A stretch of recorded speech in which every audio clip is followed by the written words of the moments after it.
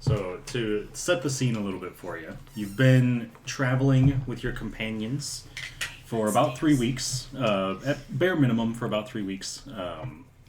You've been in a caravan traveling through the wilderness, moving from what would be modern-day Turok, Arendelle specifically, to a town called Pyrrhus.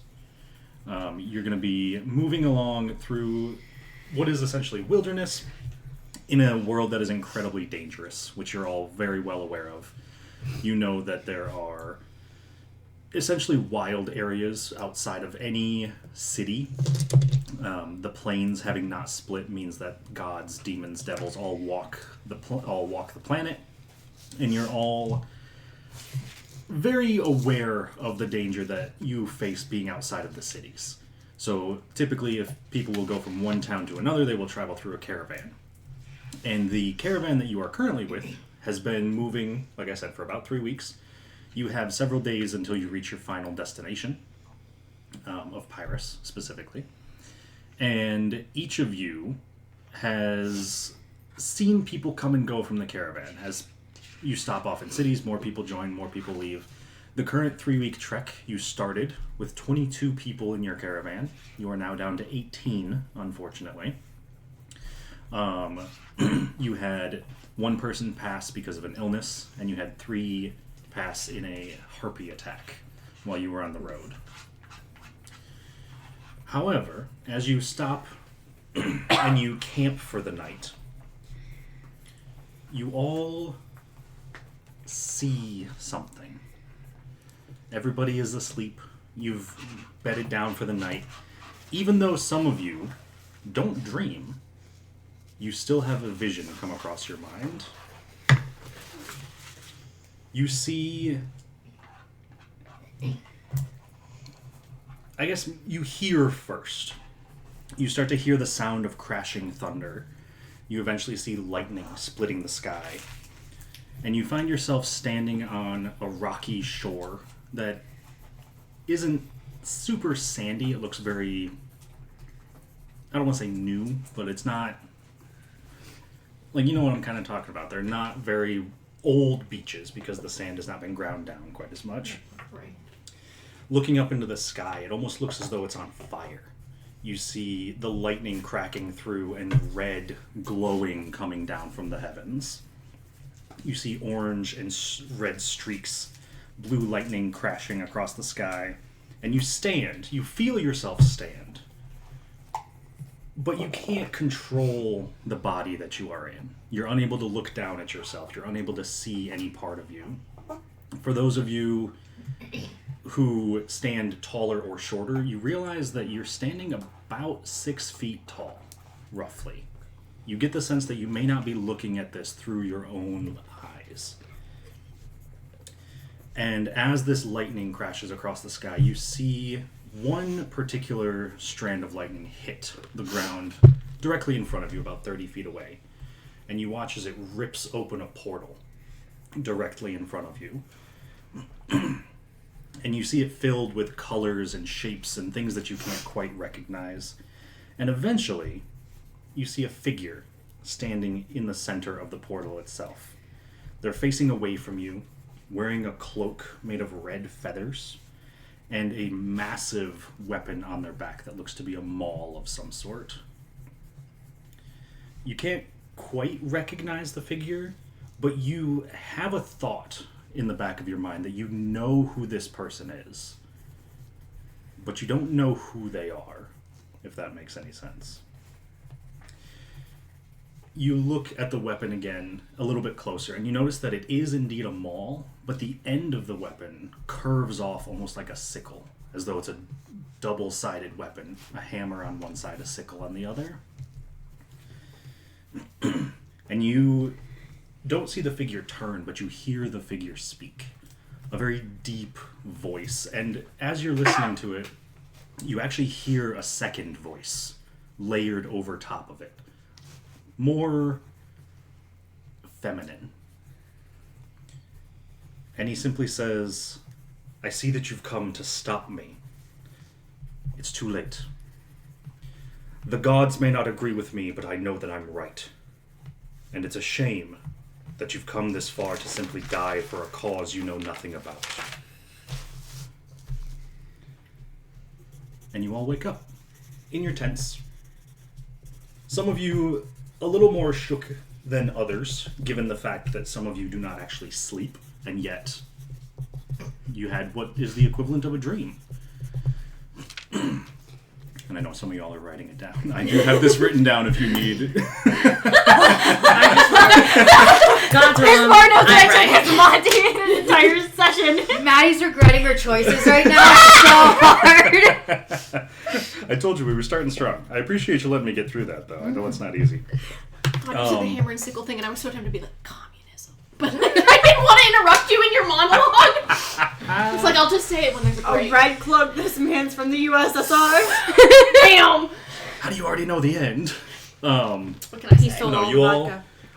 in terms of your characters, anyone know that their character would be an early riser? Yeah, I mean, you don't sleep. You're also an early riser. I mean, I only meditate for 4 hours. For 4 hours, so it's everybody but Grace's character. I don't even really... Okay. So what we'll do, we'll kind of go around the table. I'll have everybody introduce their characters. Mm-hmm. Tell us a little bit about what they look like, their name, and then anything else you'd want to include. So if they have pronouns that they use, if they have told the party anything, like if we would know anything about them in their travels, you are welcome to keep as much hidden or tell as much as you would like. It is up to you. I forgot to come up with rumors. That's all right. We'll do that next session. Okay. Yeah. My plan wasn't to do it this session anyway. Nina, do you want to start? Sure. So as you guys have probably seen around the camp, there is a very tall female figure standing at about 6'8". Jesus. That's fucking massive. Nice. I'm thinking tall woman like 5'10", 5'11". She's huge. I'm huge. Oh, yeah, Jesus Christ, you're a whole fucking mechanism. Go on. She looks like she's constantly in armor. Like, no one has ever seen her out of armor. It's always the same full covered face. Absolutely, gauntleted hands. Obviously kind of strong. She looks very intimidating. Can we see her face? You can see, like, her... It's almost shaded, but if you look closely and if you talk to her at night, you notice there's a slight glow coming from behind the helm. A slight blue glow. If you listen very carefully, very softly, you might hear a soft little whirring when she moves, but it's not noticeable in a hustle-bustle camp.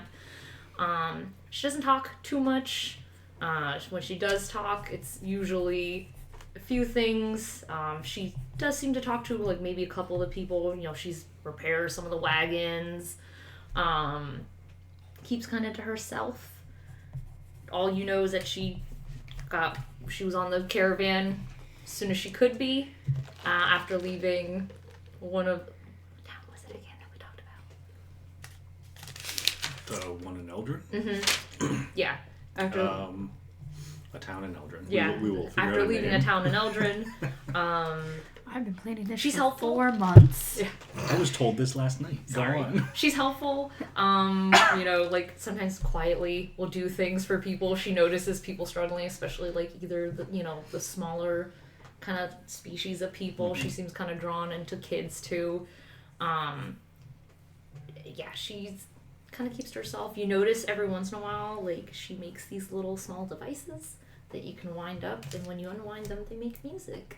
Sometimes that's so cute. She puts the little spells, and she gives it sometimes to some of the kids for free, but otherwise you have to do trade for her. But that's Raina, which is, if you have talked to her, you heard her address as that, but she, never out of armor. Some people probably know what she is if they're familiar, but she's probably not something that a lot of people wouldn't know. Yeah, that's Raina. Okay. Anyone want to go next? Sure. So out of his little tenting area comes Favyon. I have a picture of him, of course. I don't have it on my phone. Stands about 6 foot with gray eyes with sort of flecks of gold in them. He has long brownish hair, like a light brown. But when he's in the light, you see that there's red in it. Like, especially when he's in the light, there's a lot of red in it. He's pretty kind from all that you can see. He has chainmail, but he doesn't wear it super often. Like when you're on the road, yes, but like relaxing downtown when he feels safe, he'll just take it off.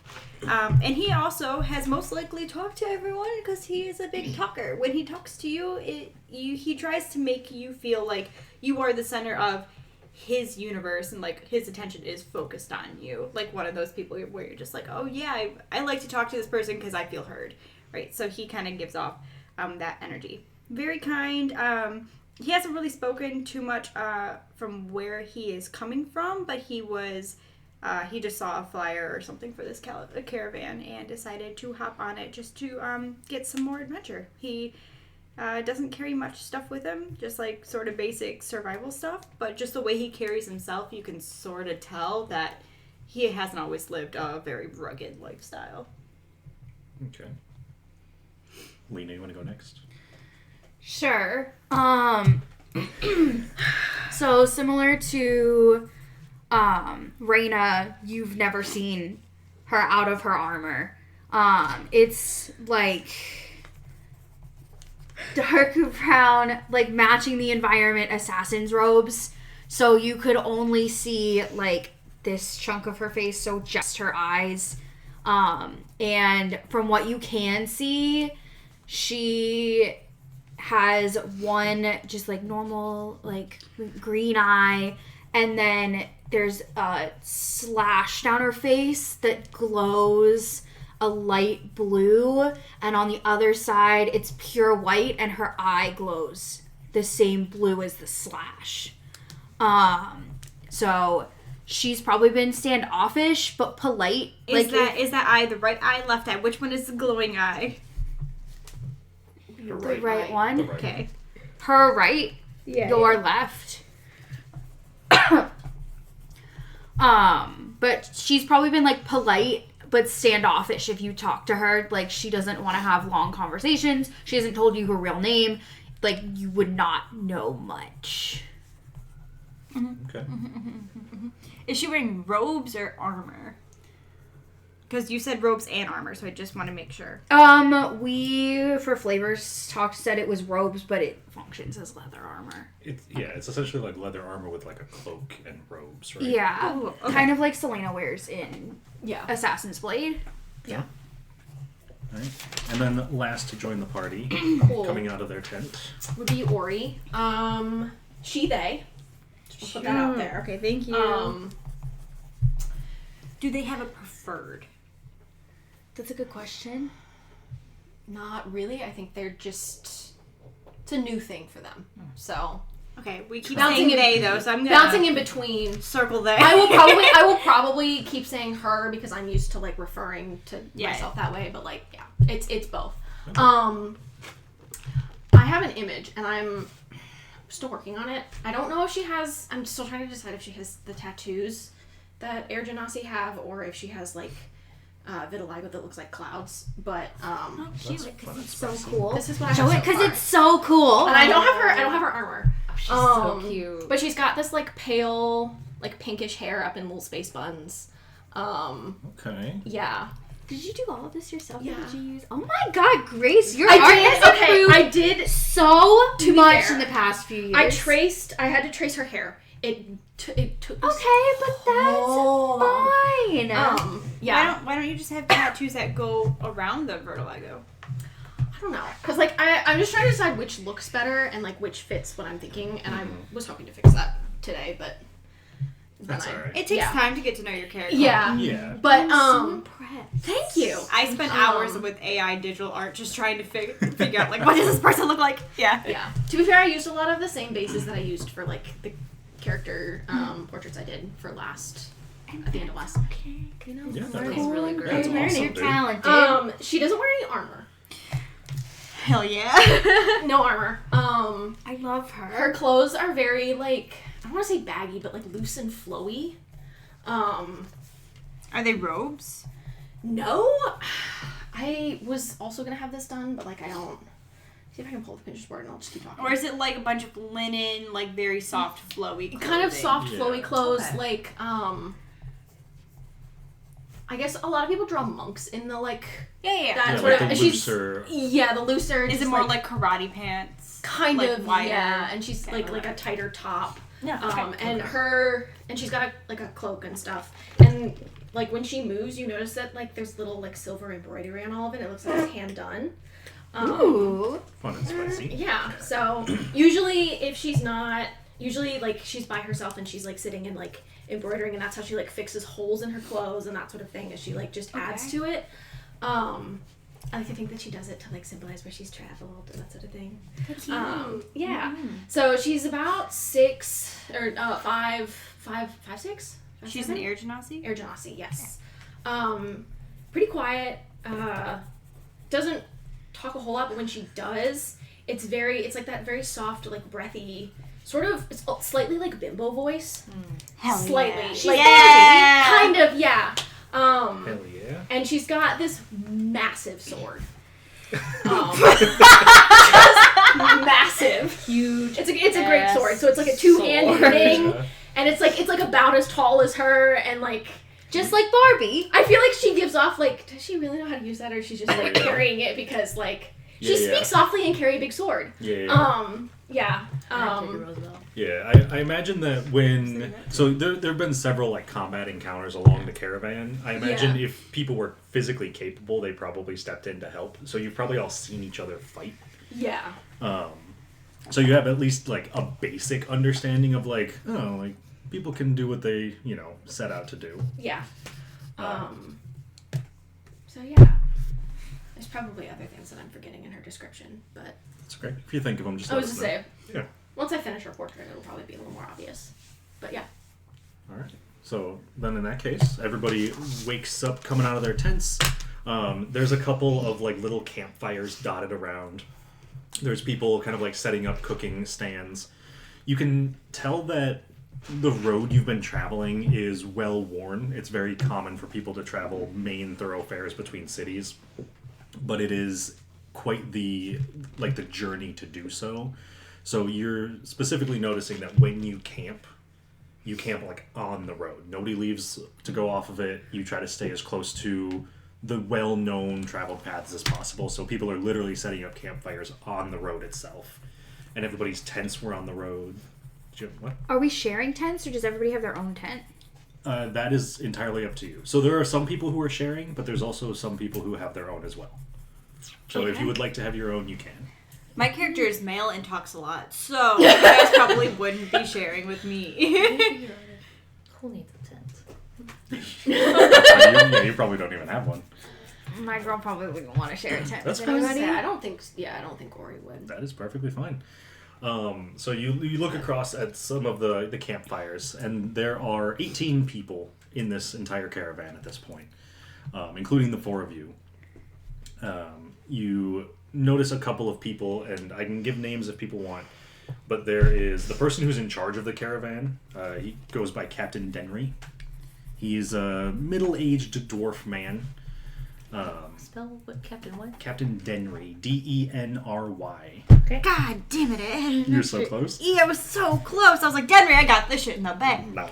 So, Denry. And you see him at the moment off to the side talking to the 3 official guards of the caravan.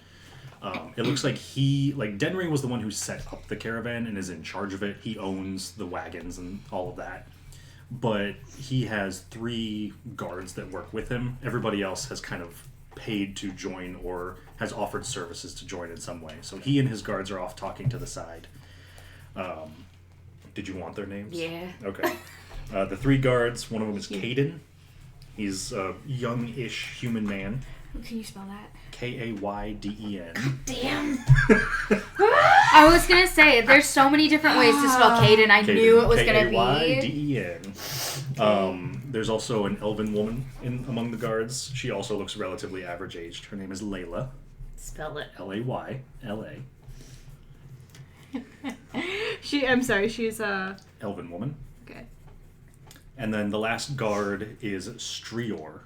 Strior. He is a middle-aged half-orc man. Yeah.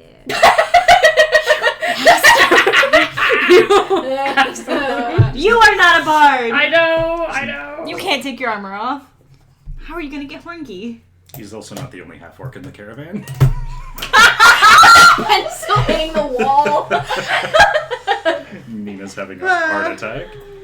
We've had whole conversations about the fact that there are like he's told me. characters Designed for you, I think it's funny. but we know your character wouldn't be able to do anything.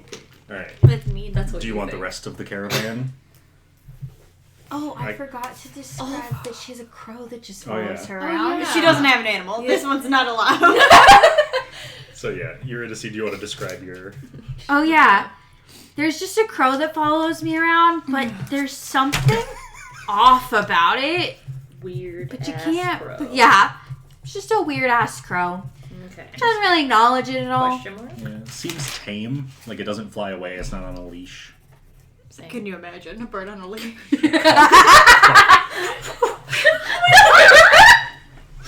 Lasso them with the bird. Range lesson. Range weapon. Oh, Jesus. Make a bird arm strike. Roll for bird. Yeah, you've never seen her acknowledge the bird. Yep. Okay. Well, it kind of fits with the. It's a crow, not a raven. It's a It's crow. a crow. Interesting.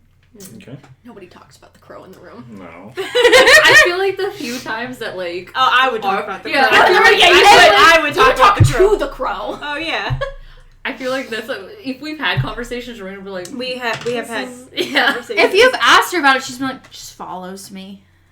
For how long? A while. Did you name it? It has a name. It does. What's its name? I just. Hold on, I'm trying to figure out if she would tell you. He's genuinely asking. There's no malintent behind it. I just want to refer to it like by the correct name if it's a part of you, but if not, totally okay. I don't mean to pressure. The crow is a separate entity. Probably never know these days. Okay. Like it just you picked it up on like it just started following you, or so it's No. not like a pet or anything. That is not my pet. Oh, okay. Just sorry, I didn't mean to insult. I just didn't know if you traveled together or not. I just wanted to, make sure. I feel like the robot, like I am like, just walk away at this point. It's fair. Oh my goodness. Or you see weird things. Bad crow vibes. Alright. Back to NPCs or Yes. no? I don't like the birds anyway. Because again, if you don't want the NPC's name, Yes. Zach spent so much time NPCs. coming up with names for once. Other did. NPCs. He made playlists. He's got everything. Oh, I know he made playlists because he asked me. No. So Okay, there. giggle, All right. tickle, So play. we have a little descriptor for each of them. So there is Olean. Okay, gosh. Olean. Olean. Olean. She's an old human woman. Like walks with a cane, very elderly. Kind of acts as the caravan's mom since you've been on the road. Good. Definitely avoids the combat. The pretty much other than you guys and the guards, everyone else has avoided combat as much as possible. And so she's sitting around one of the fires. There's Sarah and Zoran. So Cera. Sarah. Cera. And I was like, this one's too easy. spell Zoran. Xoran. Xoran. Boo! Sarah and Zoran. They are like late 30s, early 40s dragonborn couple. Middle-aged dragonborn. Oh my goodness. Wow. Oh my god. Oh my god. It's time for you to take your birth control. Yeah, you read. What was the alarm? So Sarah, that's Mouse for the. time. Oh, is it yeah. for me to take my antidepressant? Yeah. Oh, that makes sense. So Sarah is a red dragonborn. Zoran's black. Could I do that now? We have Ulrich, Wait, would we know what red and black, like, what that means? I mean, it doesn't in this timeline. It doesn't mean matter. anything. Okay. It doesn't mean anything. Okay. There are That's why I was like, Yeah, I know. Like, that's So suspicious. Azan as a That's country does weird. not exist yet. Okay. So Alright, so there fair is enough, fair no enough. Azan Empire. So there's no red and black monarchs. Yeah. Um, Pour one up for the homies. Ulric, Alric. ALR. He's an older dwarf man. He kind of acts as like a blacksmith for the caravan. So he like puts horseshoes on the horses. He takes care of any spokes that might fall off of things. I feel like we know each other. Yeah, you know quite each well. other probably Yeah. pretty well. He's the spokesperson. Sorry. Raina. I'm gonna just call him Raina's friend. That's fine. Raina's friend. There is Scalor. Oh my god. SK? Sir, hold on. What kind of... Apostrophe. What's LOR. SK apostrophe? LOR? Scalor. Sklor. A very young half-orc woman. Like, early 20s half-orc woman. She... That's not young for half-orcs. No, she's an adult. Like, she's an adult. But, like, young for everybody else. She is a traveling trader. So she's the one that has kind of kept everybody stocked up on supplies and things while you've been on the caravan. Very nice. Cannot open this, bud. You just, like, rip it most of the time. Yeah, I know. Do you want me to try? Next one, we got Beor. Beor. Oh wow, because that one's normal. Beor. She is roughly, she would have told you exactly how old she is. She is 37. She's an Aasimar, and she is named for her ancestor, Biori. How are Aasimar more common? Aasimar are significantly more common now, Okay. as are tieflings. I mean, I As figured are one tieflings. was more common and the other was too. ASMR Like, the wazoo. so like it's not weird to see an ass. No, it's not weird to see an Aasimar. It's not like last campaign.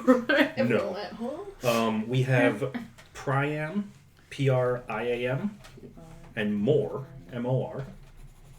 More? They are a pair of gnome twins. Nice. Priam is male, Mor is female. Lena. What? You know what you did? I didn't do anything.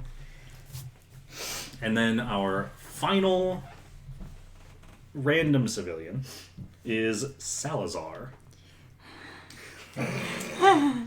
He's a 62-year-old. Hold on, spell it because it's Salazar. Okay, so Salazar. Oh my god, I was getting that one right. I was gonna say me too. He's a 62-year-old tiefling man.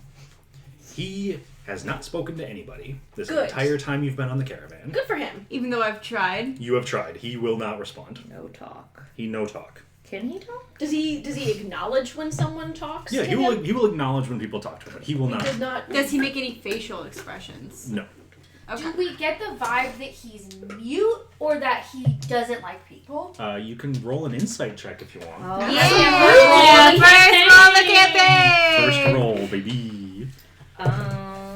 Nat 20. That's a 17. A 21. 17.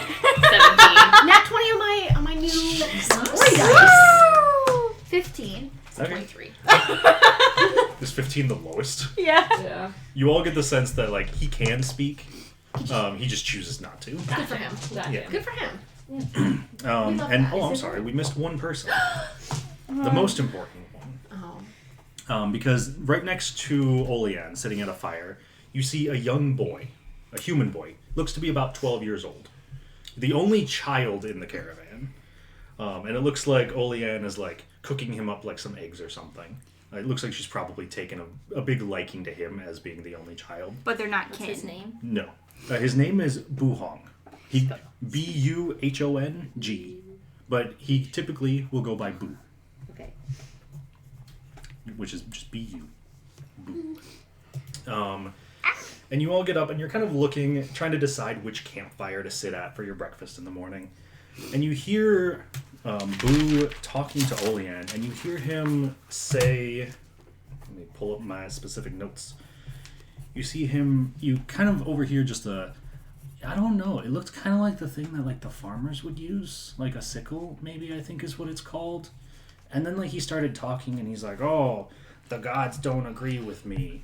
And like he needed a cool cloak and it had like red feathers on it. I don't know what that was about.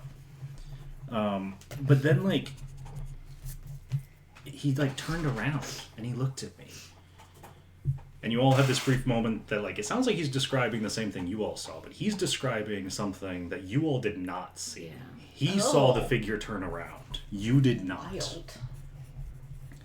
Wild. And you hear him go, I thought he would be a monster, like an ogre or something.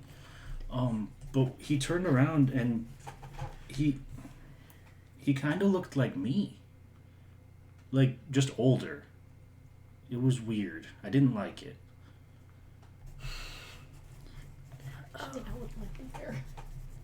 Gasp. And you hear Olean just like, oh, I'm sure it was nothing, dear. Just a bad dream. It's okay. Have some eggs. And she, like, pours, like, way too many eggs on this child's plate. He's a grown boy. He's a growing boy. But you also get the sense in that interaction, Olean did not have that dream. She did not recognize it. Okay. She is dismissing it as a child's nightmare.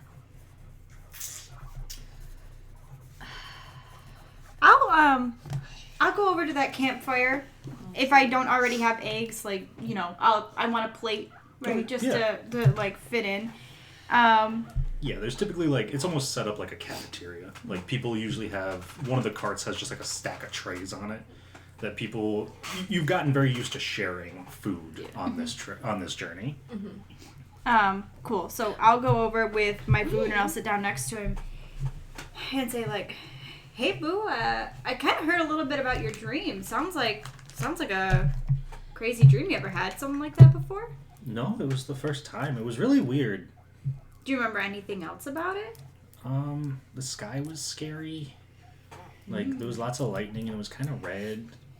And there was, like, a door that opened up. Like, a portal, maybe, I think it's called.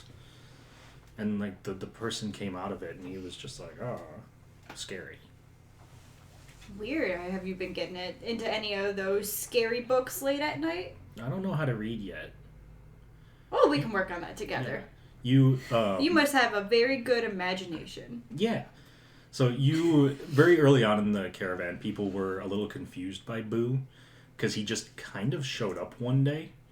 Like he wasn't with you when you entered Arendelle, and then he was with you when you left.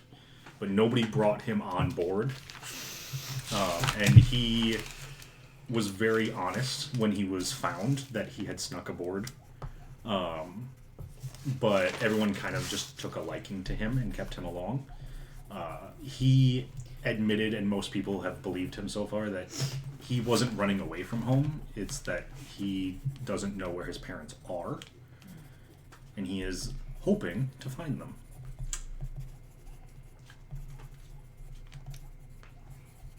I feel like Raina will probably make her way over that way. I feel like she does probably watch over Olean and Boo a little bit. She doesn't have food. Yeah. But she probably kind of stands there a little awkwardly, kind of like nodding, like, yes, the dream's very scary. Hey, friend, would you like to take a seat with us? Sure. Boo, like, looks really up at you. He's pretty short. He's not a tall kid. Yeah. I feel like, Raina goes and probably sits down. You hear a slight, like, almost like decompression. See, and if you eat your eggs just like Raina has, you can be as big as her one day. Nah. Many eggs. I thought you didn't eat eggs. Well, not anymore, but when I was little, so many eggs. Yeah. So Well, you gotta keep eating those eggs, bud. Just elbow him a little He, bit. like, shovels some in his mouth. He's like, I'm gonna be as big as you one day. Yes, but chew his mouth. All slurp. And he just kind of sits there eating. Pats his head a little bit, like, very gently, like... We are going to You are going to Pyrrhus. Pyrrhus. So you think your folks are in Pyrrhus, or where do you think they went? I don't know. I know Mom used to live somewhere down south. I don't know where exactly. And then Dad left when I was little. I don't actually know anything about him. Mom didn't like to talk about him. So are you looking for your mom, or does your mom have a friend? I don't really know. I didn't want to be living on the streets in Arendelle anymore. I thought maybe going somewhere else people might know. Because I think I asked everybody in town, and nobody knew who she was, so... I'll put, like, one hand on his shoulder and go, I'm really sorry for you. That sounds really difficult. I'm glad that you are here with us. And I want to do everything I can to help you. Thank you. I will do my best to help myself find people.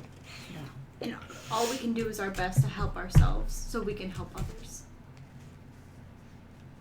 Sure. Yeah. Olean kind of like pats your hand a little bit, just like, thank you, dear. Thank you for the eggs. Anytime. I'll ask him more about his background You if can. no one else wants Yeah. to do anything. What's everybody else doing? Or Eurydice? Probably just quietly eating at one of the other ones. Okay. Only other. Really quietly eating one of the other ones, but eavesdropping. Okay. Eavesdropping on who specifically? Just the conversation that they're having. Okay. I ain't dropping no leaves. You can do so. What's going on? She overheard the stuff about the dream and was like, I don't want to get involved, Mhm. but... Understandable. Mm-hmm. Can I have everyone please make a perception check? Based on hearing, if that matters. I don't think it does, but... Nope. I'm way in conversation. That's gonna be 22. Okay. That's gonna be 17. Okay. So the 17 and the 22. And you especially, because you're specifically paying attention to listening, you both hear Captain Denry very quietly but very angrily, just like, what the fuck is wrong with you? We do that, and this all ends horribly. And you look over, and he is arguing with his 3 guards, and they are very heated at this point. I feel like Raina maybe nudges you a little bit. Okay. Perhaps we should go check on our friends. It's over there. Okay. I will go, yeah, that seems like a good idea. And I'll slide my extra eggs on Dabu's plate and go, eat up, buddy. Give him a good pat. He just goes, that's so many eggs. This poor kid. He's Sick literally of got eggs. like a pile of eggs on his plate. He's just like, okay. How many eggs can you eat in one day? Apparently not enough. Okay. And we'll head over. Okay. Favyon is like very relaxed heading over though, like sort of stretching, still like kind of getting the sleep Okay. out of his system. And I think, relaxation. Ori, you would see them going over because again, That's when I would probably. yeah, there's not that many people in this camp, so typically like everyone's pretty aware of where everybody else is at any given time. But you get over and you can, as you get closer, they like. You can tell that they were having a conversation and they just kind of stop as they see you approach. And Denry looks over and is like, Can I help you? Yeah, we're just taking our morning walk. Heard you guys were over here, just checking in on everyone, how they're doing in the morning. How you guys feeling? We're fine, thank you. Yeah, we got a good day ahead of us. How many, what's the distance for today? I don't know if we use miles in this universe. AUs. I have no idea. I mean, I'm assuming that since combat is based on feet, I would assume miles is, yeah. Alright, so, so many what's the plan legs? for How many today? legs? How many steppies? Steppies. He's like, we How many should be hip-hops? able to cross the Eastern Bridge today. That'll put us within a day's reach of Pyrus. Oh, very good. But we're going to have a short meeting as a caravan before we head out. Oh yeah? About what? Just some precautions, some concerns. Let's do an insight Can I? check. Yeah, insight check, please. Sure. That's a 11. 23. You get the sense that he knows something and he's not sharing it. I feel like no one can tell, but you can kind of see like the slit of blue get a little smaller. like She squints at him. yeah. Phenomenal. I'll just say, yeah, no problem. Should I gather people around? Should we pack up and then we'll have the meeting before we go? How do you want to do this, fellas? You see, one of the guards is just. Why don't let's see. Let's pick a guard. We'll say it's Layla. She's just like, why don't you let people finish their breakfasts, and then we'll gather people afterwards before we head out for the day. Sure. Anything I can do to help you folks out before I get ready for the day? No, I think we're fine. Just eat your breakfast. Make sure you're ready to go. Okay. And then I'll sort of do one of those arm clasps with who is the leader of the caravan. Hold on. Captain Denry, and I'll go. Captain, if you need anything, I am right there with you. So always feel free to ask. Will do. Appreciate it, Tavian. Is it Fabian? Favyon? Favyon. No B. V. Favyon. Like your Favyon. favorite. God. Jesus. Hey. Phenomenal. Alright. Favy Jones Locker. Sure. Is there anything else anyone wants to do before the meeting is called? Can I just peep around? Just look at them to see what they're. I don't want to insight check the captain. I want to do a body language check on the guards. Okay. So I think it would still be insight because you're trying to read Yeah. I body just language. wanted to specifically be them to see if they're not frightened but on guard. Got it. Oh nope, 7, baby. 7. Okay, no. Okay. You just. I mean, they seem Tense. tense, but that doesn't seem out of the ordinary given the dangers that you've encountered on the roads. Sure. I feel like Raina kind of nods at them, nods at you. I'm going to go see Ulrich, see if he needs any help. Of course. The wagons. I'll start taking down my tent, putting down armor, making sure everything's good to go. As you start to leave, you notice Strior, the half-orc guard. You watch, and you've seen this a few times. He actually has a small falcon, and you watch as it lands on his shoulder. And you, as you're kind of walking away, you very briefly see his eyes flash like a green color, and then he starts making noises with the falcon, seeing as he's speaking to the bird. Neat.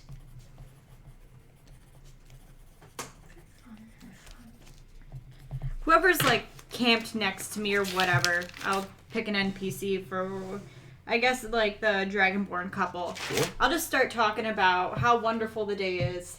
What season? What day is it? Do you have a calendar? I do. Hell yeah! Give me that calendar. What day is it, baby? Please hold while I pull it up. I Hang feel like I've on. looked at it a couple times in We the have a meeting. calendar. Yeah, if people want to figure out birthdays at some point, that is also fun. Oh, Fuck. Where is... woo! Is it not? Oh, it's not in my DM stuff. It's in the everybody stuff. It's in the everybody It's in stuff. the everybody. Because I could look at it. Yeah, it's in the world building calendar. Oh.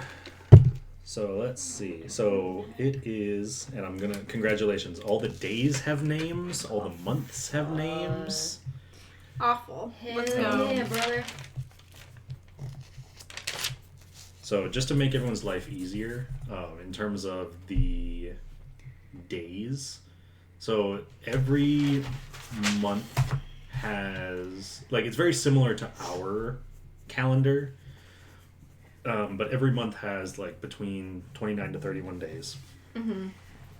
And let's just say that right now, I would assume it is probably late summer, so our equivalent of August. Which is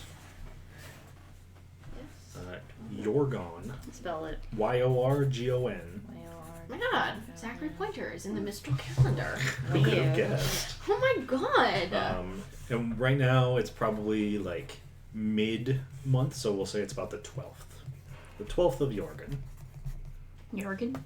Jorgen? Do you have the calendar starting on our version of Sundays or Mondays? Or Fridays. Tuesdays? It would be our version of Sundays. Okay, cool. So right now it is a Monday.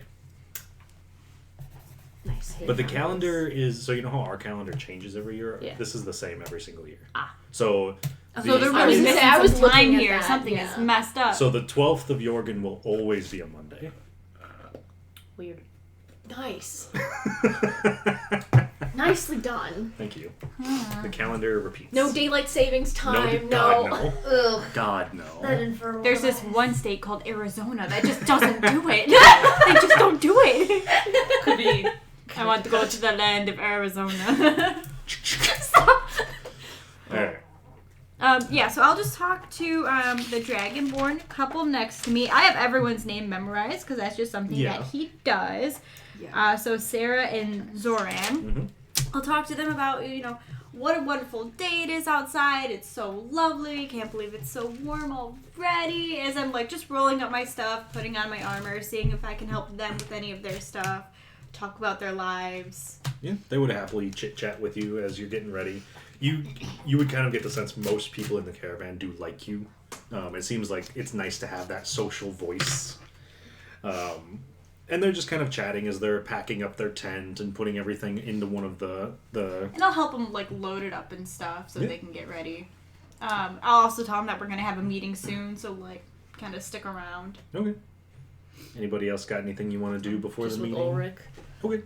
Yeah, you can swap tales of blacksmithing and all that. Help him pack up as well. Let him know about the meeting. Okay.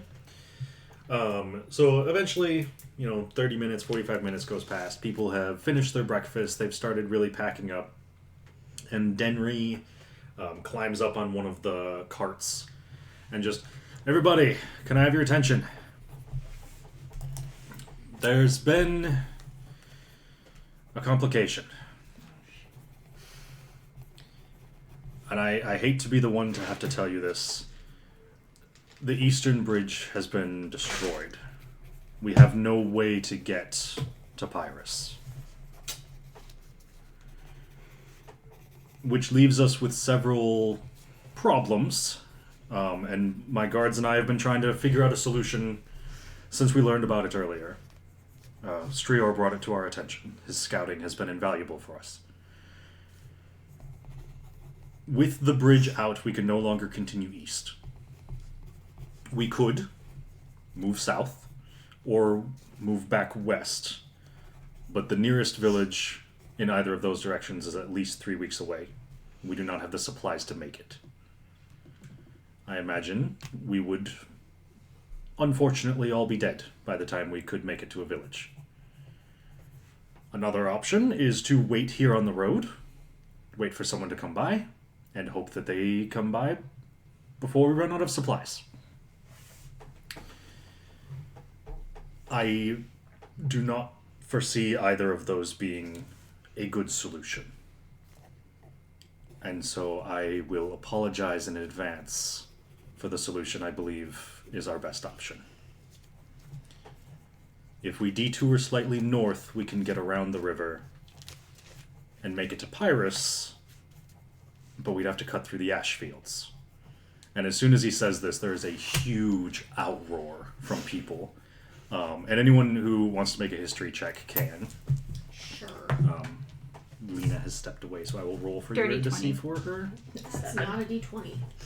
What the hell? Eurydice got a 19. This is history? History. Hot garbage. That's a 10. 10. What'd you guys get? Dirty 20. Dirty 20. So, Favyon, you would know, and then Eurydice would also know. The ash fields are a portion of land, essentially, in the northern reaches of... It's not a country right now, but in modern... Like, in the campaign we just played, it would have been Sordin. It is a place that was hit at some point by a magical, explosion that caused the entire fields to be set ablaze. And the fire still burns. It's not as intense as it used to be, but because of the magical explosion, creatures have taken up residence there. And It's only existed for about 15 years, but in that time, nobody has ever gone in and come out. Not a single person has survived going into the ash fields, to the point where it has the reputation of being impossible to pass, which is why the Eastern Bridge was constructed in the first place. So, as people start freaking out, because you hear, like, Sarah and Zoran just like, we can't cross through the ash fields. People don't come out of there. You hear Boo just like, what are the ash fields? People seem scared. Olean kind of goes over to him. It's okay, dear. It's okay. We're going to be fine. And Denry's just, please. I understand this is not what anybody wants. But the way I see it, if we cut through the ash fields, there's a chance some of us make it out. And if we do any of our other options, I don't believe any of us will. It's not ideal for anyone, but I believe it's the best that we have. So it is possibility of death versus certain death. Unfortunately, yes. I wish we had a better solution. For everyone, and I know most of you are not trained in combat, I have extra weapons. Everyone will have one. And he looks specifically at Boo and just goes, everyone. If you can protect yourself, do so. We have several hours before we get there. Make peace with whatever gods you worship. And keep an eye out for yourselves. I know this is a terrible thing to say. We will lose people in the ash fields. We will not all make it. If you stay behind and stop to help someone, you will not make it.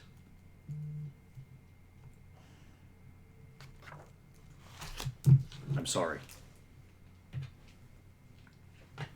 And immediately he steps off the cart, and there's just kind of a hush that falls over the caravan as everyone's just like, what the hell have we gotten ourselves into?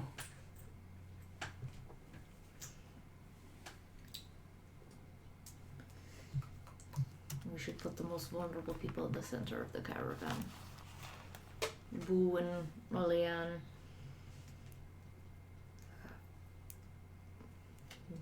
Everyone else is in fighting shape. Could be, at least.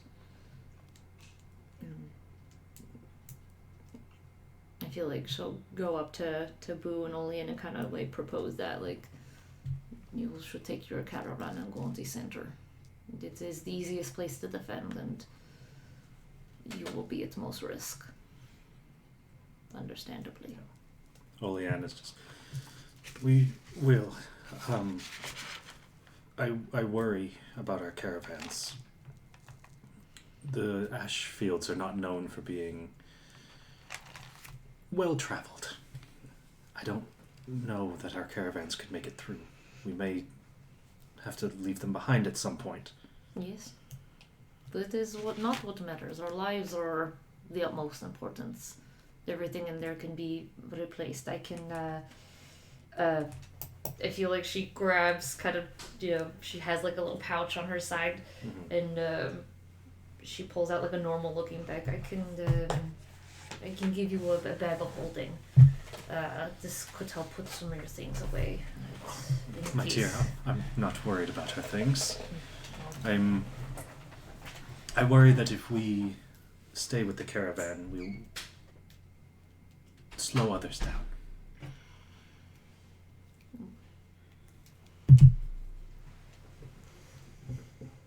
I don't need to breathe. I don't need to eat. I don't need to sleep. See, she looks at you kind of strangely. You have noticed. Boo goes, I've noticed. Yes, I can watch a little closer. I don't need what the others might need. I will do my best, but not that inconspicuous myself. Understood. At this point, Denry and his guards have started passing out weapons to anyone who doesn't have one. I would like to be there with them and, like, suggest, like, who should get what weapon. Like, people who are staying in the caravan maybe should have, like, more ranged weapons. Okay. Well, people outside, maybe not. Yeah, so there Just trying to strategize. Yeah, so most of the weapons that get passed out are melee weapons. There's only about 2 or 3 bows and not a ton of arrows. You do notice, though, as people are kind of taking things, several people do have preferences. Mm-hmm. They don't seem very skilled with them, but they get the general preferences. And one in particular that catches your eye is Salazar, who actually denies a weapon. And when Denry is like, "You should take a weapon, friend," you see Salazar just like spark of flame on the end of his finger. He's like, "I am the weapon, I'm fine." And that's the first words you've ever heard him speak. Nice! And he walks away. Nice.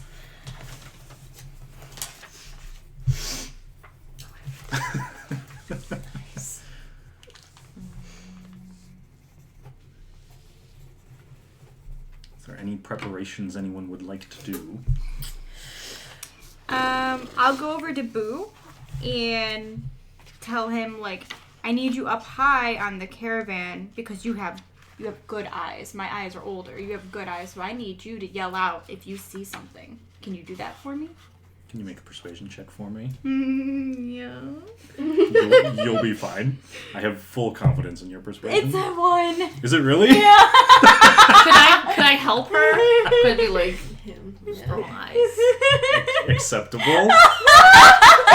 I have full confidence in you, he says. 11. 11. All right. It doesn't take much convincing.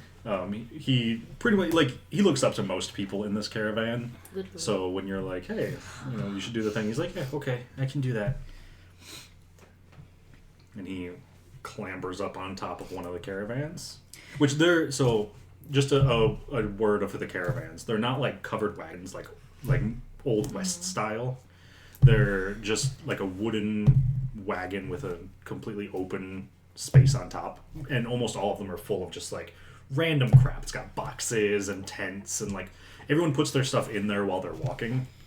And there's a couple of random like chests in there as well, presumably from the trader Scalor and the blacksmith, right? So it's nothing fancy. Are there horses pulling? There is 1 horse for each cart, and there are 3 carts. So there are 3 horses. How long is it going to take us to cross the ash fields? Will it take more than a day? Who are you asking? I'll ask Denry. He would just say, I am not 100% sure of that answer. Before they were officially the ash fields, it would have taken 4-5 hours. In all reality, this is a much shorter route to Pyrrhus. Cutting through will make it there by the end of the day. It's just significantly more dangerous than taking the bridge would be. And we cannot possibly get people across the river. Is Strior around? Yeah, he'd be around. I would like to go up to him and say, I've seen your falcon do wonderful things, and Denry has said much about your skills as a scout. Is there any way you could get us some sort of advantage on a path so we know where we're going?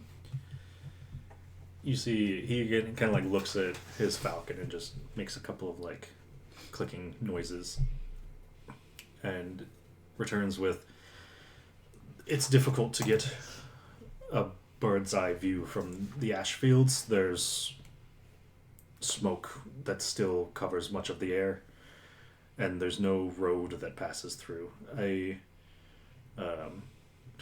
is where you get the bird's name. His name is Diego.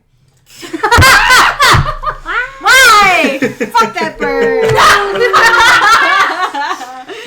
He's like, Diego does well. He struggles to get through some of the smoke. He will be invaluable as we start to pass through, but I don't think he'll be able to pick out an actual path. Seeing things before they get to us, though, that he'll be capable of doing. Great, and you'll be able to shout that out to us? Should be able to. Okay. Then what do we think the best strategy is for dispersing people and things in the caravan? If we need to cut loose and just go, we should have people in one of the wagons, if possible. Maybe two, but we need one that we should be able to just cut and go. So if we just put personal belongings, things that don't have any real sentimental value in one, that way we can just go if we need it. Take the horse. Yes. In all honesty, we may want to even think about emptying one of the carts entirely and putting only people in the cart. That was my thought as well. It would mean that we need to leave things behind, and as much as I hate to suggest it to Skalor, much of it is hers, and much of it may need to be left on the side of the road. Ideally, when she makes it through, and the bridge is restored, she can get it back. And it won't be an issue.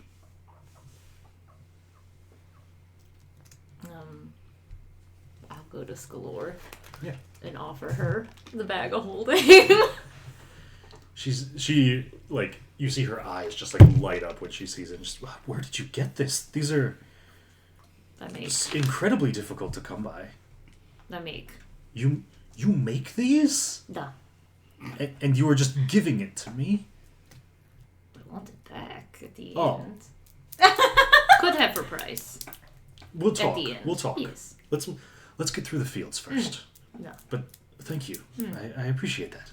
And you see her go and like open it up and like literally lift open a chest that's full of just like random general goods things. There's like gloves and there's hammers and there's torches and she just starts like throwing it into this bag. Would the rest of us have even seen a bag of holding before? Probably not. I would have. I would have. Okay. Favyon would. You may also have, honestly. Yeah. But you would know they are incredibly rare. They are very difficult to make. So the fact that Raina was just like, "Oh, I made it," is a little sus. I'm guessing that. dumping a chest of stuff into a bag would be very noticeable. Yeah, people notice it. Yeah. So Favyon will come up to you and just say would you mind if some others put their goods in there as well? Yeah, not at all. I have another one. You've got a second bag of holding? Why is everyone surprised? Look, this is, I make. And you are incredibly talented. Nah. Or he doesn't think they're real. I'm just gonna probably doesn't say anything, but Does she believe in ghosts? yes. Interesting. Would you mind if I took your other bag and just passed it around to folks? Yes, Okay. As long And as I'll I get it back. Of course. And I'll also take notes of what people are I putting feel like in as there. you're going, she's walking by. You walk behind me. Does Favyon not believe in ghosts? Favyon, I don't know. Favyon has never seen a ghost. Character choice moment. Character choice, why I didn't realize I'm going to be doing this so quickly. Unsure. Ask later. Directions unclear. So you still do not believe in that? And I'll take a little piece of parchment and a quill or whatever and inventory what each person's that's putting smart. in. Okay. So there's Okay. not mass chaos trying to get those things out. Sure. Okay. I will take back when finished. Yeah, that makes Any sense. other preparations people would like to do? Do you have only the 2, or do you have more? Out of character, can I have more? How does it work with the infusions? I don't know. Let's say for the sake of this, you have 2 right now. Yeah. It takes a long time to make. I've made these 2, but... so no, not yet. You are strange. I am strange. Is that these pot calling kettle black? Yes, thank you, inner monologue. Thank you, narrator. So whatever people can put in there, I will try my best to empty out at least one of the carts, so we can leave that and some stuff behind, and take the second horse and hitch it up to whichever cart is going to be pulling the people. That way we have more power there. This is a good idea. You were in the military. Not really.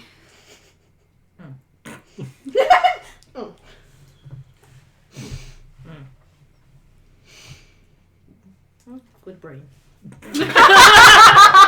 Good brain. I'll hand you back the bag of holding. So we're actively leaving one of the empty carts behind then? You can, yeah. I would suggest it. Okay. It would make no sense to bring it. Yeah. That way we have more power to the one that's carrying the people. That in case we need to giddy up. So, out of game, I don't know if Zach told you, our characters would know of each other. That's why she's not sharing her name. So, Eurydice would trust that, whatever you say is what everyone else should say and, actively back you up. Yeah. Yeah. Okay. You have no idea who this woman is. But Okay. but she is supporting you completely. Great. Love this. She's eating you. My She's hair. a team player. Team player. Alright. Any other preparations? I don't think so. I'm Starting going strong, to, everybody. for my other infusion, I'm gonna put my enhanced defense on to Okay. give myself some extra HP. Sure. So, what is the plan for the carts? Because there's no way 18 people are fitting on a single cart. I feel like I will. People can walk. Walk. I I was I Yeah. mean, I'm obviously, walking. I more figured of the us people. are walking. Yeah. Presumably the guards would also not want to be on the caravan. What about Captain? Denry would not be on the caravan. No, we don't. So that's 8 people right there. I mean, I imagine that everyone other than Lena. Ellen and Boo would walk. They can, yeah. Well, the strongest. Let's would be- just for the sake of giving you guys agency in this, they will trust who and where you think people should go. Okay. Okay. So Older- at least there's 8 of us Yes. out of the cart. Would 10 people be able to fit in a cart pulled by 2 horses?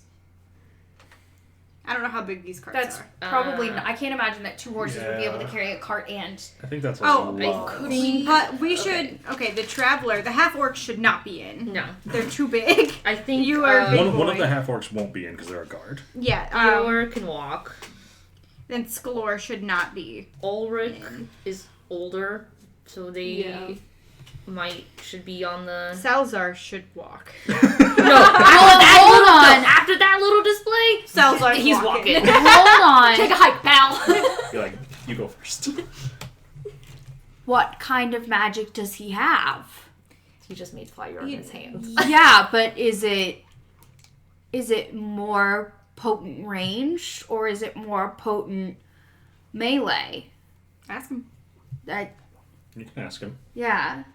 You see, he'll just kind of look at you. And then just kind of Can you? shrug slightly, but it looks. You get the sense He's confident. It's a confidence shrug. he's very confident, and you get the sense that he's indicating he can do both. We can do one cart of people who we know cannot fight.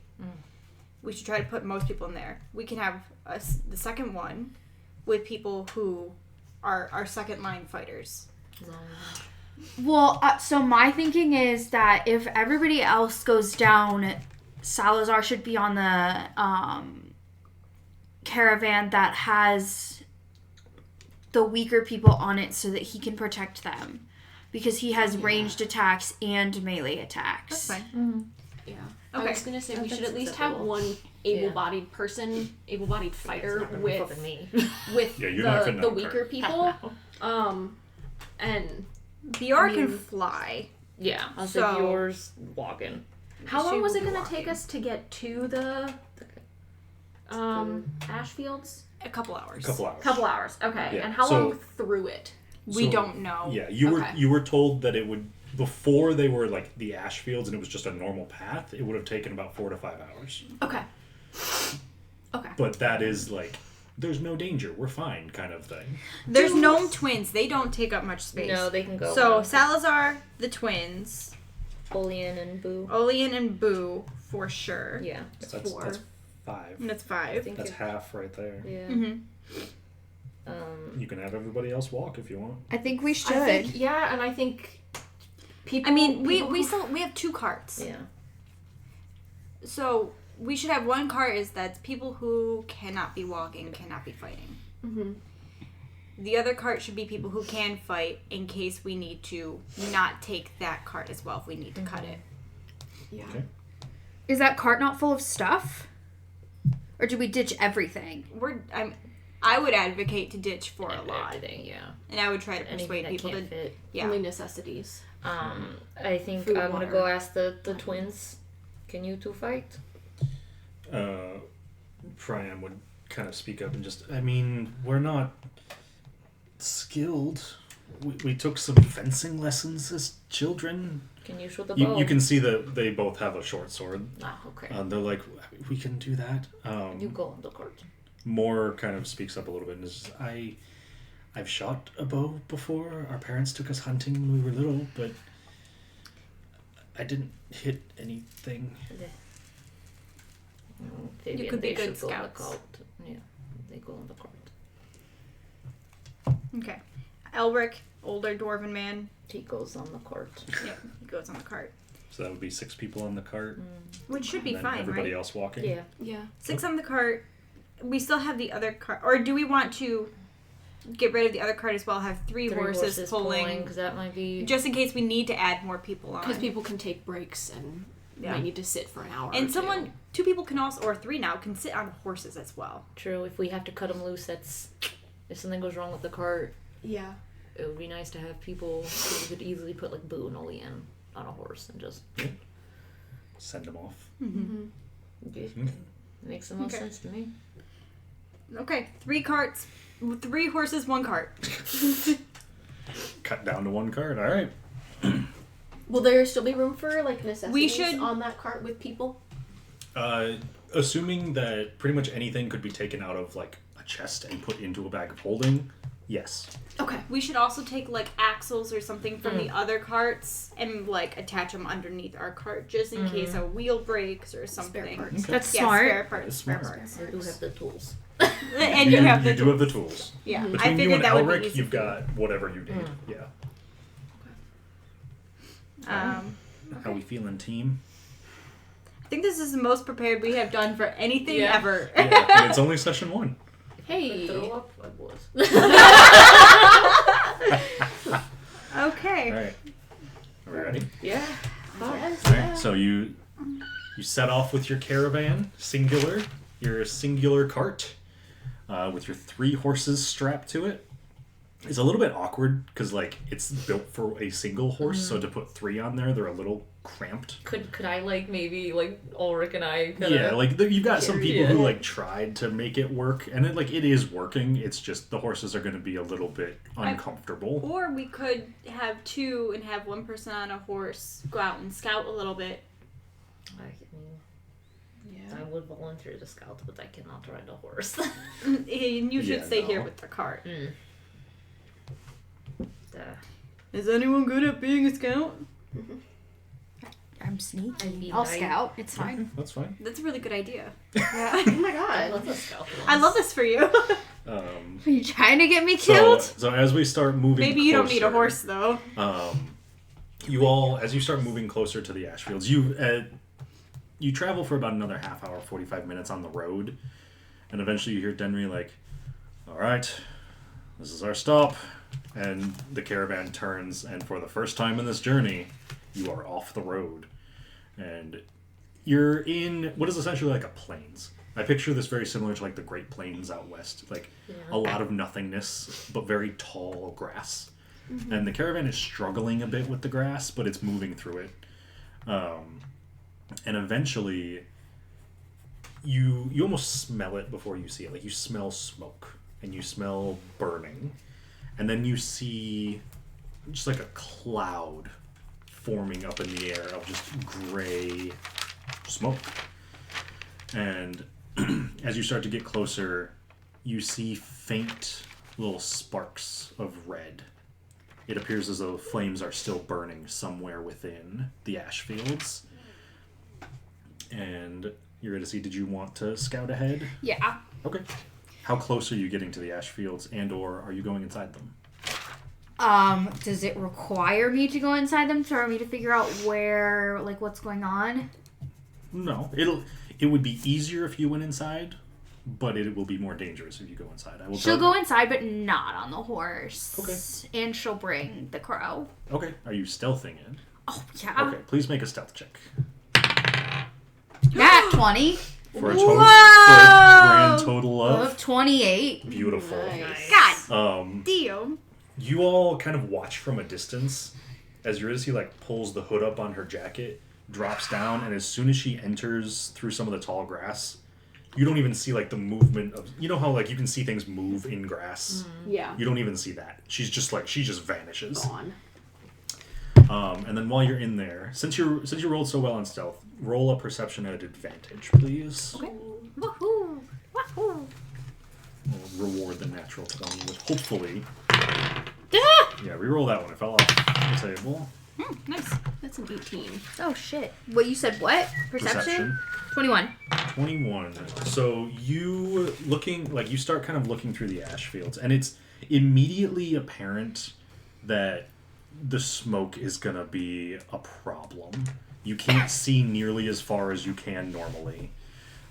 It's burning your lungs, but it's not, like, you're not choking on it. It's not that intense. Okay. So you're not concerned about people making it through and, like, breathing. Like, you're pretty confident people could make it through breathing just fine.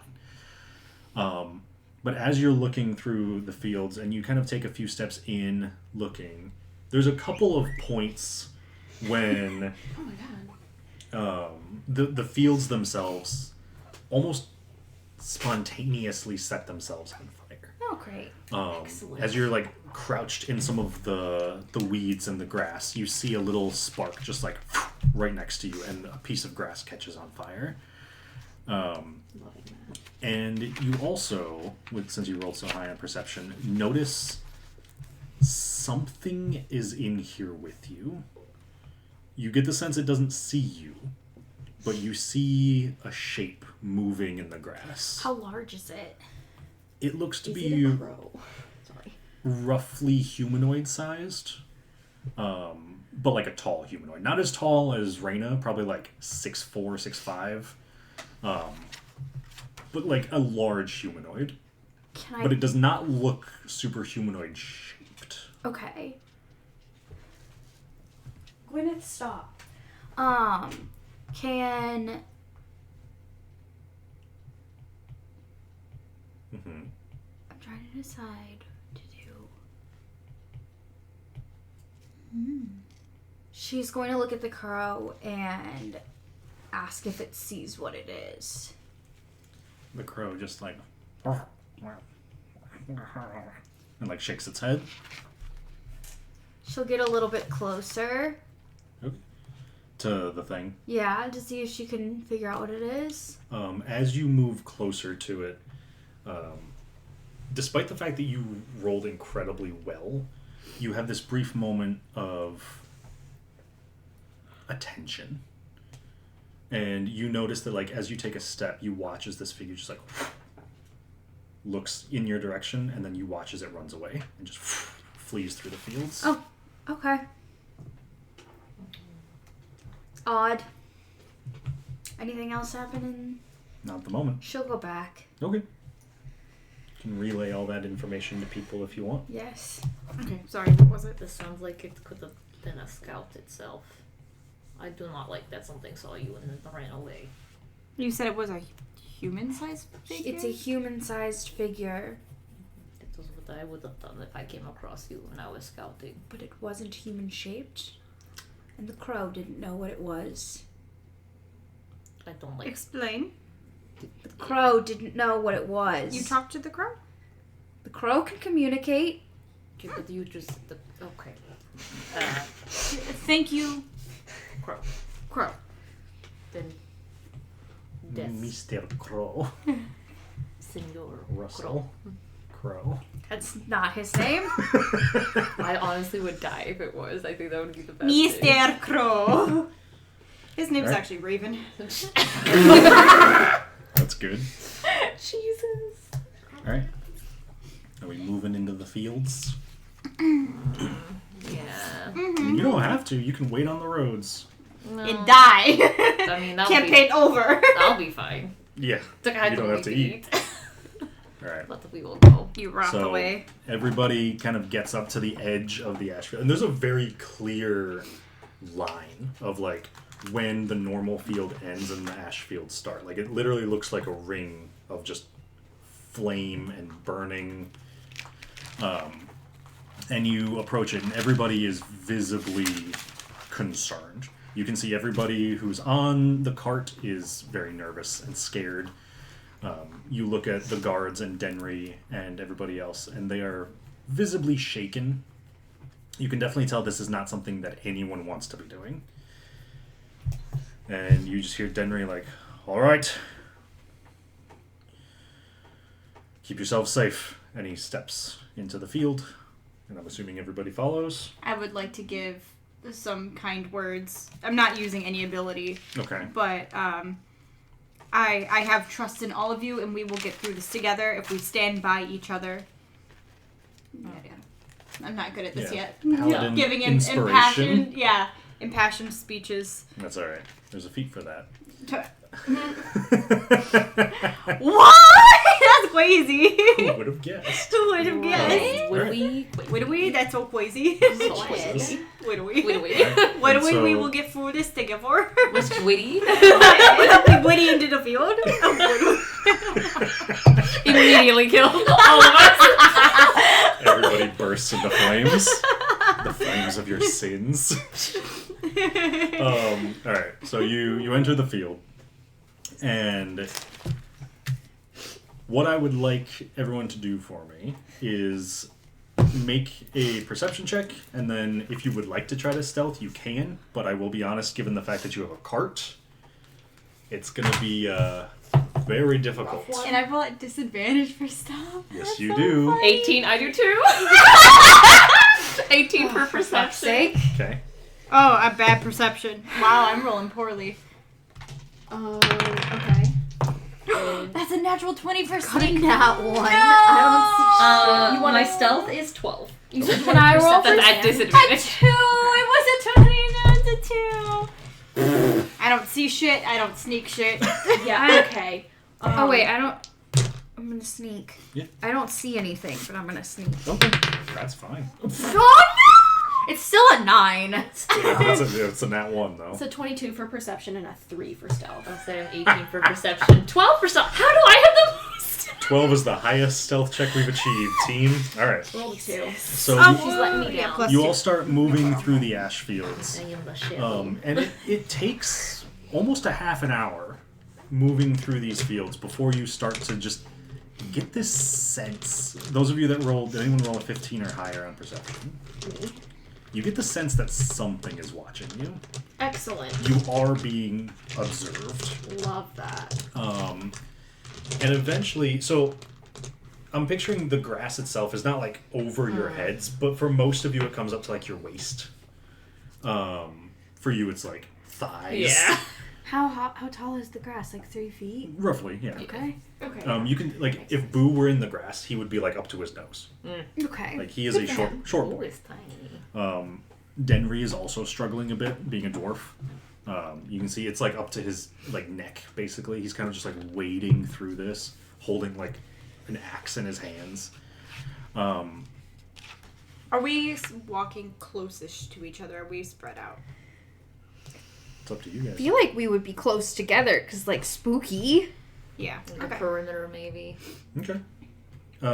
You keep moving, and eventually you see Strior just like hold up a hand, just like stop. And then you see his falcon, Diego, land on his shoulder, and he makes a little like the clicking noises again. And he looks over at Salazar specifically and is like, "There's something ahead of us." And Salazar's just like nods, doesn't say anything, and you watch as he also like puts his hood up. But you notice that as he puts his hood up, his figure shifts slightly, and you watch as his form becomes almost blurry. Like a blur? Like a blur. Whoa! And you watch as Salazar just kind of like dips into the grass, like ducks down so you can't see. Little crazy old man. And you wait a few seconds. And then you hear like a rustling sound essentially. And you all watch as Salazar like stands back up, and you watch like red start glowing up and down his arms, and he just casts a massive fireball directly out into the fields. And you watch as it burns away a good portion of the grass, and you see a figure standing where the grass got burned. The stance immediately. And it looks vaguely humanoid, but it's as if a human has been burned, and you see vines growing around it. You see half of its face glowing a bright orange, and you see ash kind of just like falling from it. And you see as it takes this fireball and doesn't even react. And you watch as a vine comes off of its arm, grabs Salazar around the neck, and literally just snaps his neck and pulls him into the grass. And nice. And it runs away. He's gone. You are down a member of your caravan. Damn. Yeah, he was too powerful. Damn. We keep moving. Alright. Alright, you keep moving. Down to 17, baby. That was horrifying. They're also horrified. They are also The horrified. guinea pigs are just screaming. You keep moving. And the next hour and a half go by with no incident. You all still, well, those of you that sense it, and honestly at this point everybody kind of gets the feeling that you are being watched. Okay. If we hear anything, or we think we see something, or like if something's giving a tick that it might be closer, Favyon would use his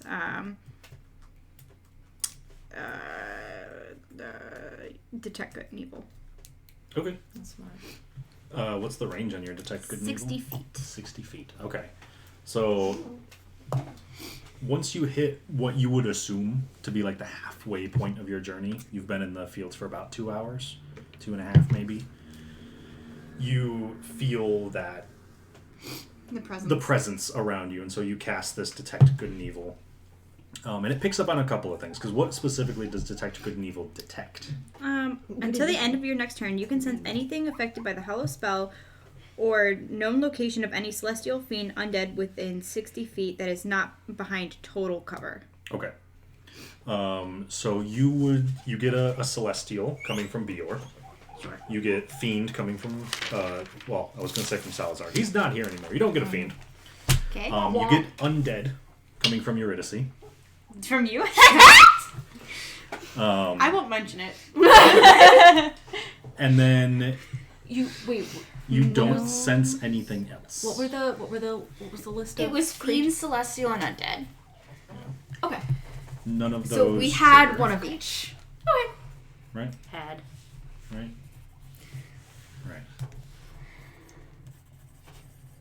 I don't remember. You're nodding at me. Fine.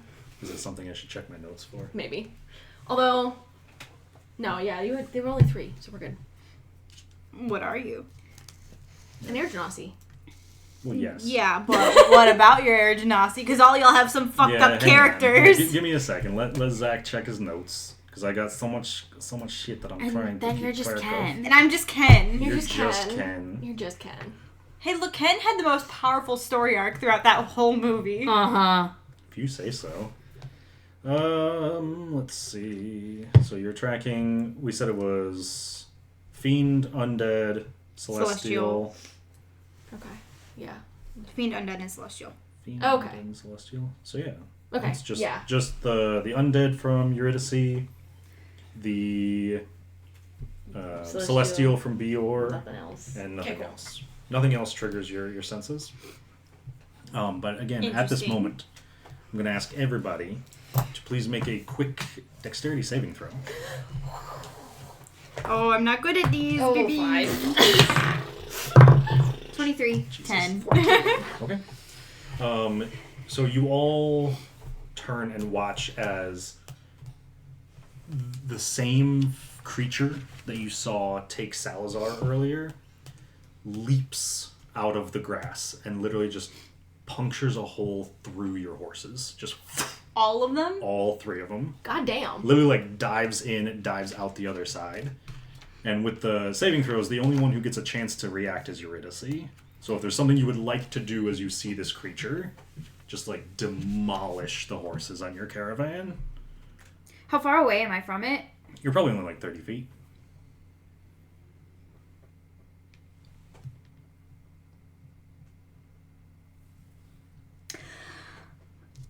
I'm gonna use face step Okay. right to it. Okay. So you all watch as Eurydice just like Right to it. makes a quick movement with her hands, vanishes, and then reappears right next to the creature. And then I'm gonna... Are they just straight dead? Horses are straight dead. Can I Why? see... Can I... Now that I'm closer to it, to It's get smart. like a better look at it? Yeah. So getting closer, you see again, it's vaguely humanoid shaped. Like it Yeah. looks like it maybe used to have been a human, but it's growing. Like it's got the vines that are wrapped around it. It looks as though it's been burned. Like I said earlier, like half of its face, like the right half of its face, is like glowing coals and embers. And you also notice that the arms on it almost like come to a point of vine, but it doesn't look like the vine is separate. It looks like the vine is almost growing from this creature itself. And its Anyone got mouth blight? is like a human's mouth, but it looks like it's actually sewn shut. Don't like that. I'm gonna use that I cunning see action to hide. Okay. So you teleport right over to it and then just like duck into the grass? Yeah. Okay. Sure. You do so. And it just like takes off into the grass again. Run off the caravan. It's playing with us. Yes. It's also horrifying looking. We don't need to let anyone else know that. So there's no way to save any of these horses. They're just gone. They are gone. Not even Turns the out getting a kills? hole blown through your stomach doesn't do good things for you. Can you revivify a horse? Maybe I should have None of picked us- that thing. none of us Bone have that. equipment. Um, No? Okay. no. You have what? It's a Brian Regan thing. That's fair. I'm really proud of this creature. I will, You know we are level 3. I'm aware.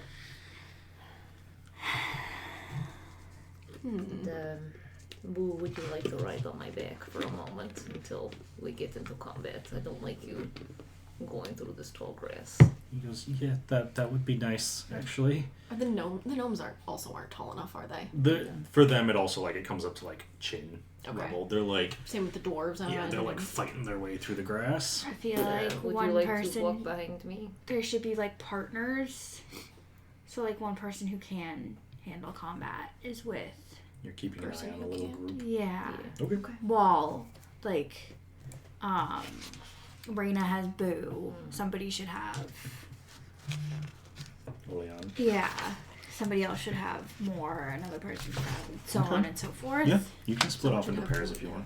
Oh, let me. Because there's 17 of you, and 8 of you are combat worthy. So that means one person just has to have two little guardians. I think who makes the most sense? probably me. To guard. To have two. Because I'm the Lord. Do you want you and Boo and Lena then together? Okay. Sure. And So you can carry Boo on your back and pick up Lena and run if you need to. Yes. Could she you be can- like, kick this I also thing? have expeditious retreat. Okay. So if I need to run, I can run. Seems like it's kind of a pussy, to be honest. Oh, so we're using that as an insult now? So yeah, most women are quite strong. I don't think I don't know what you're talking about. I have a question for everybody. yeah. Are we paying attention to what's going on around us? Yeah. Like, are people Yes. actively watching Yes. what's happening? I need everyone to please make a perception check. Another one. Depending on how we do, I might make the decision easier. Nat 20. 9. Reception. That was a nat 1. 15. Hot garbage. So, once again, the only person who sees it, because I also rolled a nat 20 on stealth, is Eurydice. And so you see, you watch as people are kind of clambering out of the cart, and someone sets their foot down. We're gonna decide who it is. We're gonna randomly pick somebody. My character would be helping people Okay. get out. Okay. Say, So, Grace, Yeah. roll a d8 for me, please. I'd like to Yeah. say I don't think Boo ever touches the ground. Okay. Boo might be the bad guy. 3. 3. You see as Zoran climbs out of the cart Oh no. and his foot hits the ground, you watch as a tentacle a vine just like wraps around his foot and just yanks. I'm within 5 feet of him, so Okay. I can use my reaction. I don't know how you want to do this because technically it's supposed to be for damage. Mhm. But if someone is attacked within 5 feet of me, I can slam down my shield to negate some of the damage that they took. Okay. So would there be a way where I could just slam down to stop him from getting dragged away? So we'll say that you can, but I'm going to make you make a strength check against the creatures. Could I see her doing that and help her? Him. Help him. I think because it's happening so probably fast. Yeah. How far away is the creature from us 16. right now? So you don't actually see the creature at all. You only see the vine grabbing Zoran. Okay. You said a 16? Yeah. I'm feeling this creature is strong. Not strong enough to beat a 16, though.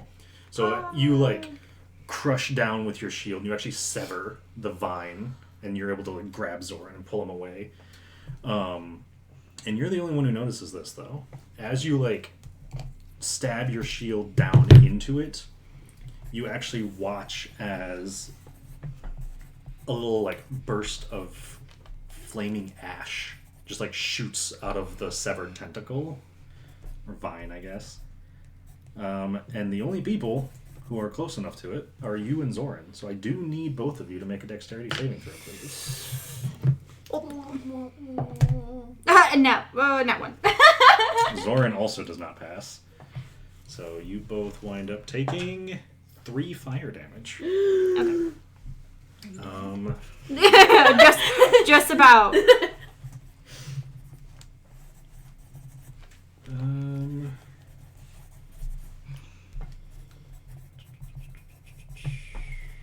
I'm double checking commoner stats because I don't know how much health they have, but I don't think it's a lot. Okay. They have 4. Holy! They have what? 4 hit points. He is at 1 hit point. I will. You can heal him, yeah. But you can see he starts freaking out because his life just flashed before his eyes. Yeah. How many times can I use my pool? I can just use my pool continuously until it's up, right? Yes, With lay on hands. that is correct. So I'll just heal him back up to Okay, full. you got it. Just like really quickly. Sure. So before he really starts Freaking out. feeling pain, yeah. Ash comes out. Okay. I need a new pencil. I doled this one down. I got you. Thank you. Oh, that'll be so much better. Okay. All right. Cool. I don't even think we own a pencil sharpener. No. Who does anymore? All right. So we keep I do, moving with the caravan. Yeah. So I think at this point you start to slow down Yeah. a little bit as you no longer have a cart. So people are just walking, trying to keep an eye on things. And you move for about another half an hour to an hour. So you get the sense that you're nearing the end. Oh, You're like 2/3 of the way through the ash fields. Based on what Denry told you earlier. It's gonna kick up, isn't it? Do we Oh yeah. feel it coming? Oh yeah, you still feel that presence around you. Yeah. And so I need everybody once again to make a perception check. So I'm assuming we're keeping an eye on things. Yeah. So we're Oh yeah. I think that Eurydice is having a club. Finally! party, too. Fucking you finally. can take advantage for that. 21. Well, I mean, you control the crow. So. Yeah, no, just take advantage for Right? it. Crow's helping you out. 15. 5. 5, 16. 16. Retired our new dice. Okay. They have disappointed us. So a couple of things happen all at once. And this is where we're going to shift gears a little bit. Okay. So if you rolled above a 20, which was only Finally! Favyon, Yes. Favyon, you watch as, because you've all split off into like pairs and there's one trio. You watch almost immediately as 2 of the pairs just get pulled under the grass. So you see specifically Caden, who had Ulrich with him. And you see Strior, who had Skalor with him. Okay, so Caden and Oric. Caden and Ulrich, Uh-huh. Strior, and Skalor. So the 2 half-orcs, a human and a dwarf. You, like, nobody else sees this, but you literally watch as they are walking through the grass and all of a sudden just... I will yell out that that's what I saw. Okay. As soon as you yell that out, Denry just, like, turns and looks and sees that they're gone. Mm-hmm. And then, like, looks back at, like, where you're supposed to be going, and he's just, run! And at this point, people start fucking running. And I don't know if you've ever seen Jurassic Park: The Lost World, where they're running from the velociraptors in the field, and they just keep getting fucking yoinked. Yeah. That's what's happening. Oh! Yeah, I haven't seen the movie. Wait, Okay. so we do have an Asimar, right? You are correct. So she can fly. She can probably take someone up. So who's Take one of the gnomes. So, I'm pretty sure Asimar only get the fly ability at level 3. Oh shit. Is she not level 3? She is not. She is a commoner. She has no level. Shit. I believe. I believe But that. she still has wings. I will double check it. But That doesn't even make any sense. No, it's okay. I think that's right, because I think that's the only reason I had it. Was because I will double check it. So let's see. Yeah, starting at 3rd level, you get your wings. So she cannot fly. So dumb. 'Cause she is not level 3.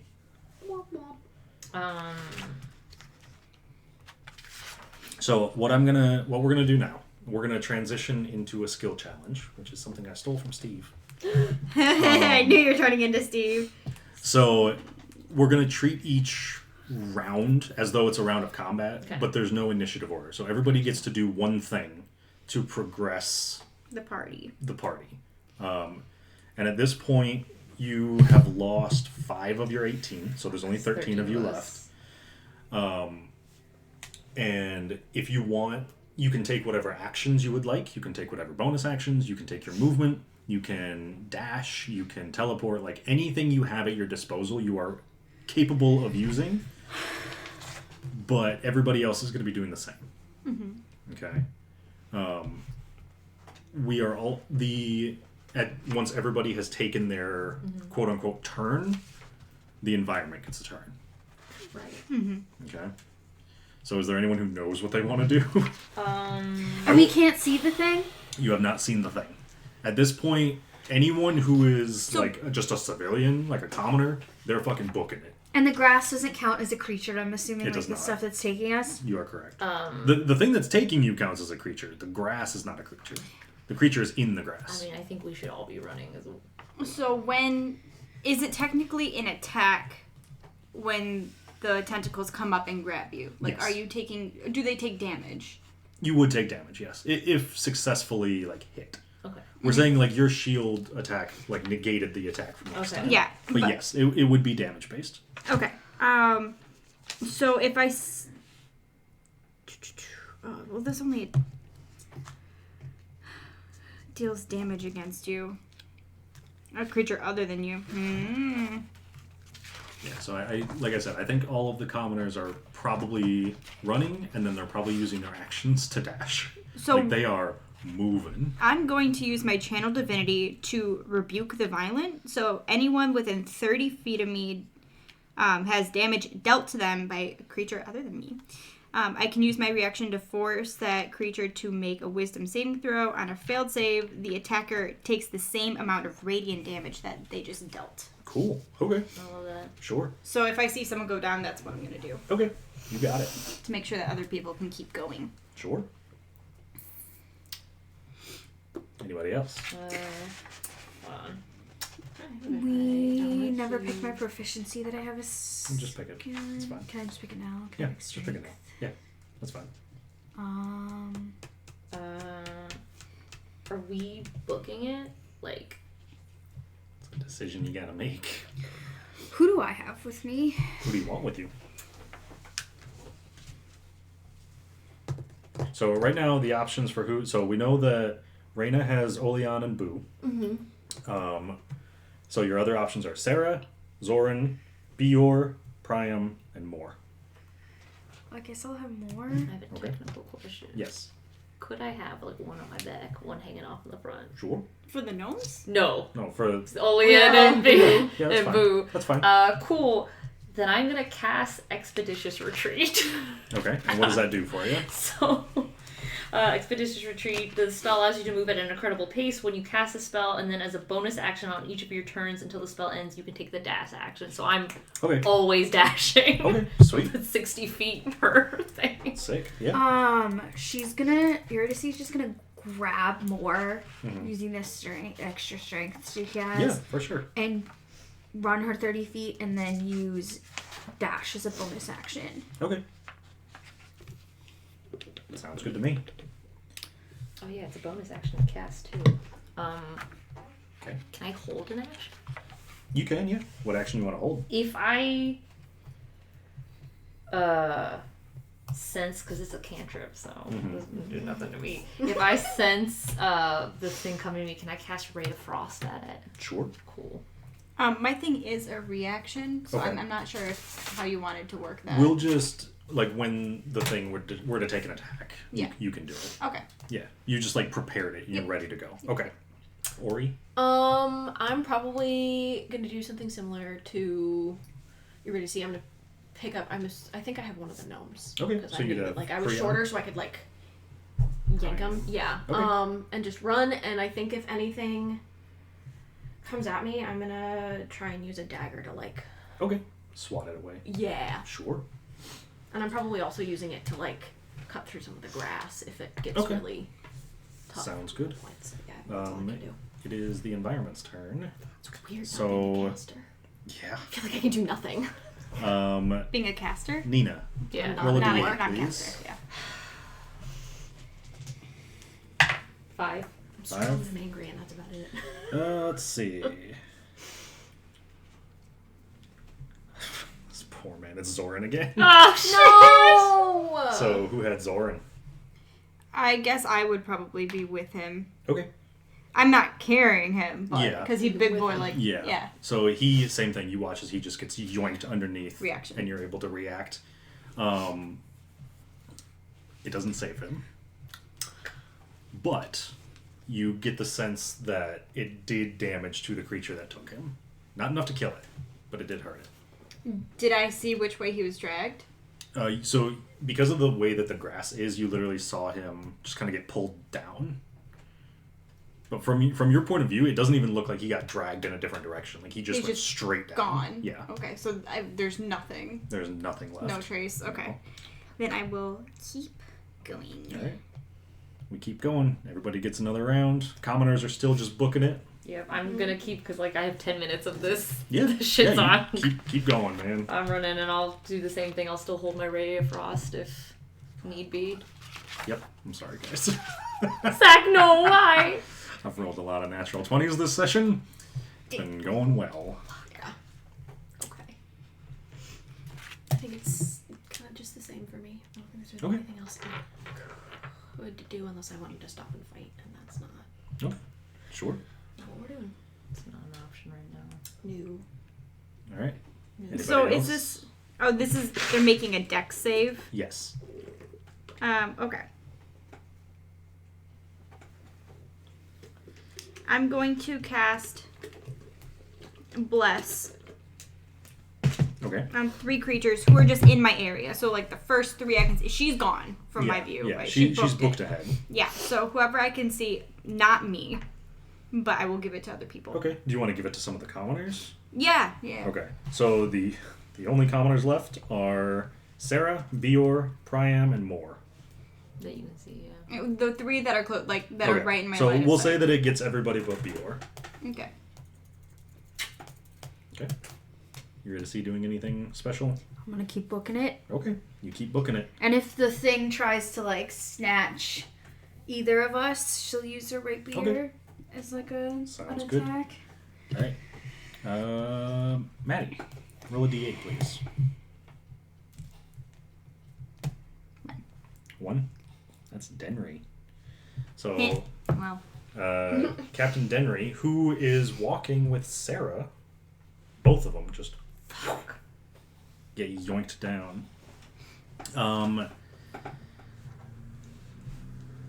So at this point, I think that if you wanted to use your reaction again, because it's still up, right? Yep. You could.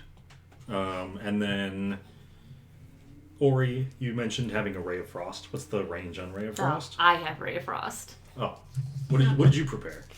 Me? The dagger. thing. The dagger. I'm Yeah, gonna- yeah. You're not within No. range. No, you Sorry, have I've been moved booking. much further, yeah. So they are gone, but if you want to do damage to them, you can. So the creature, once again, That's okay. takes damage. Oh no, you're I fine, can't. dude. I can't use that. My thing is only 1 reaction. Oh, it's only There's one not enough. Yeah, it's not a time thing. Okay. Alright, so then it does not take the extra damage. So, with that being said, it is the 4 of you. It's Tali. That's Boo's last name. Boo Tali. Boo. Oleon.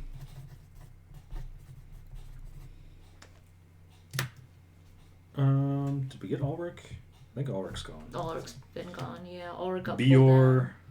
and the twins. There are 9 of you left. So I'm still doing what You've I'm literally doing. had your group cut in half at this I'm point. still booking. Okay. I think Raina's goal is to get the fuck out of here, and then if I'll drop them out on the outside, and then maybe book back to Okay. get people. All right. So Force gump this shit. So because you are so far ahead, things are going to change slightly.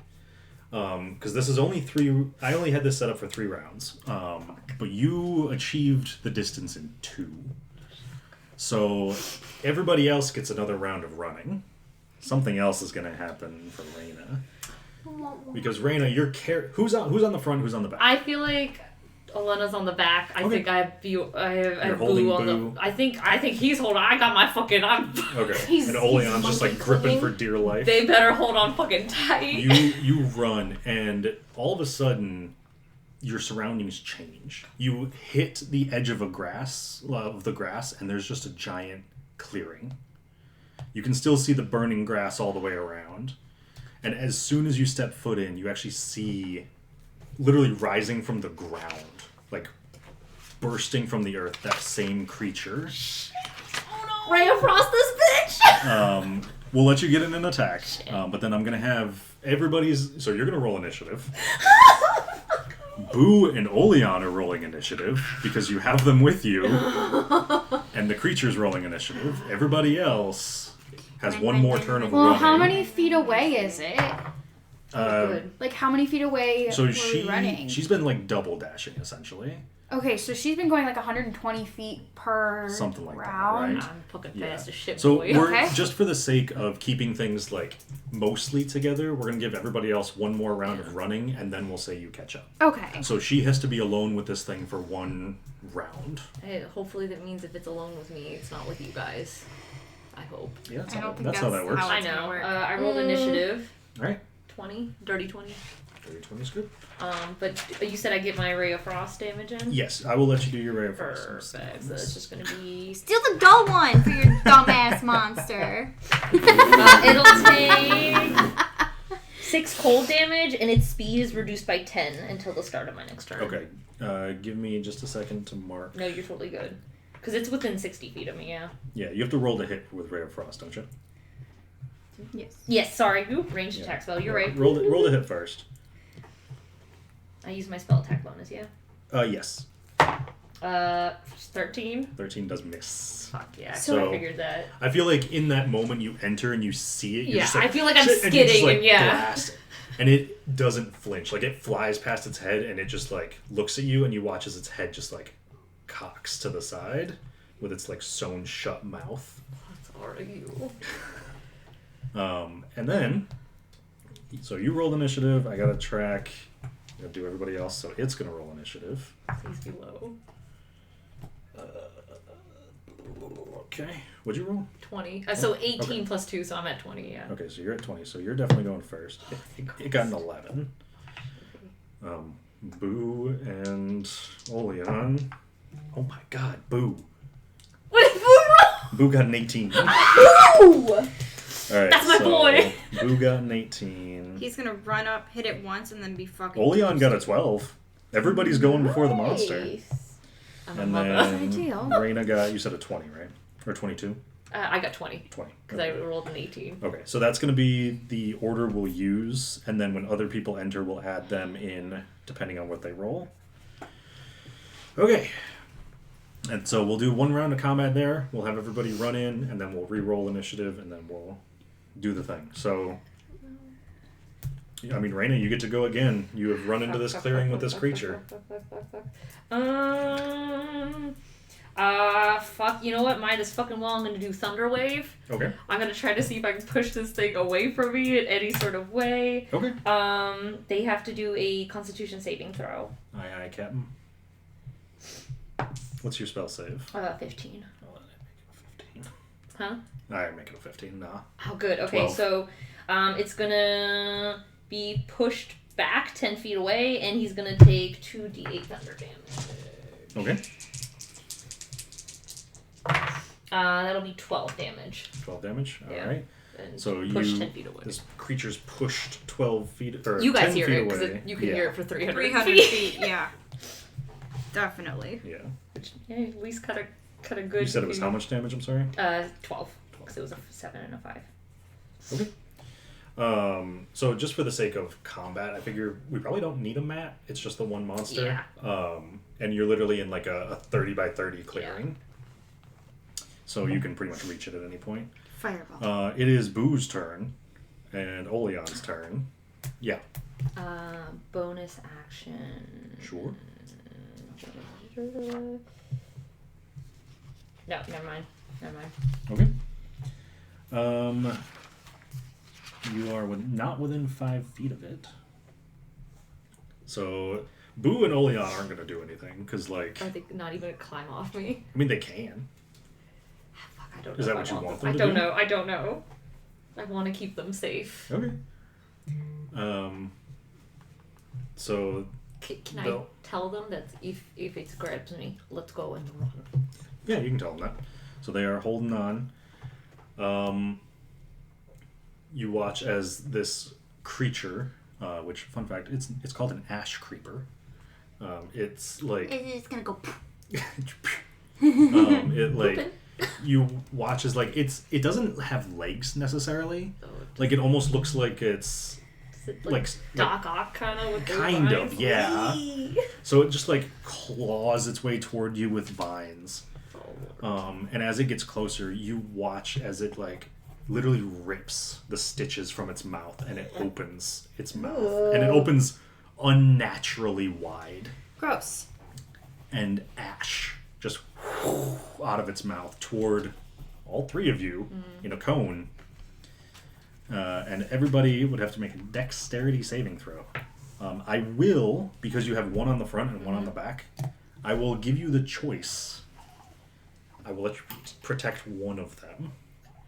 I apologize, Lena. I protect Boo because he's a baby, he's a child. So because I figure the way it works is like if she's behind you, you can take the hit and she won't take it. Yeah. You can also turn around Oh shit, that's so cruel. and protect Boo. Oh, it's the trolley problem. I will give you that choice. feel like Olean will understand. Like, I feel like I'm not gonna turn all the way around. I'm gonna kind of, like, lean, like, kind of... We'll say, like, as you turn, she has a brief moment where she's like, protect Boo. I'm sorry, Olean.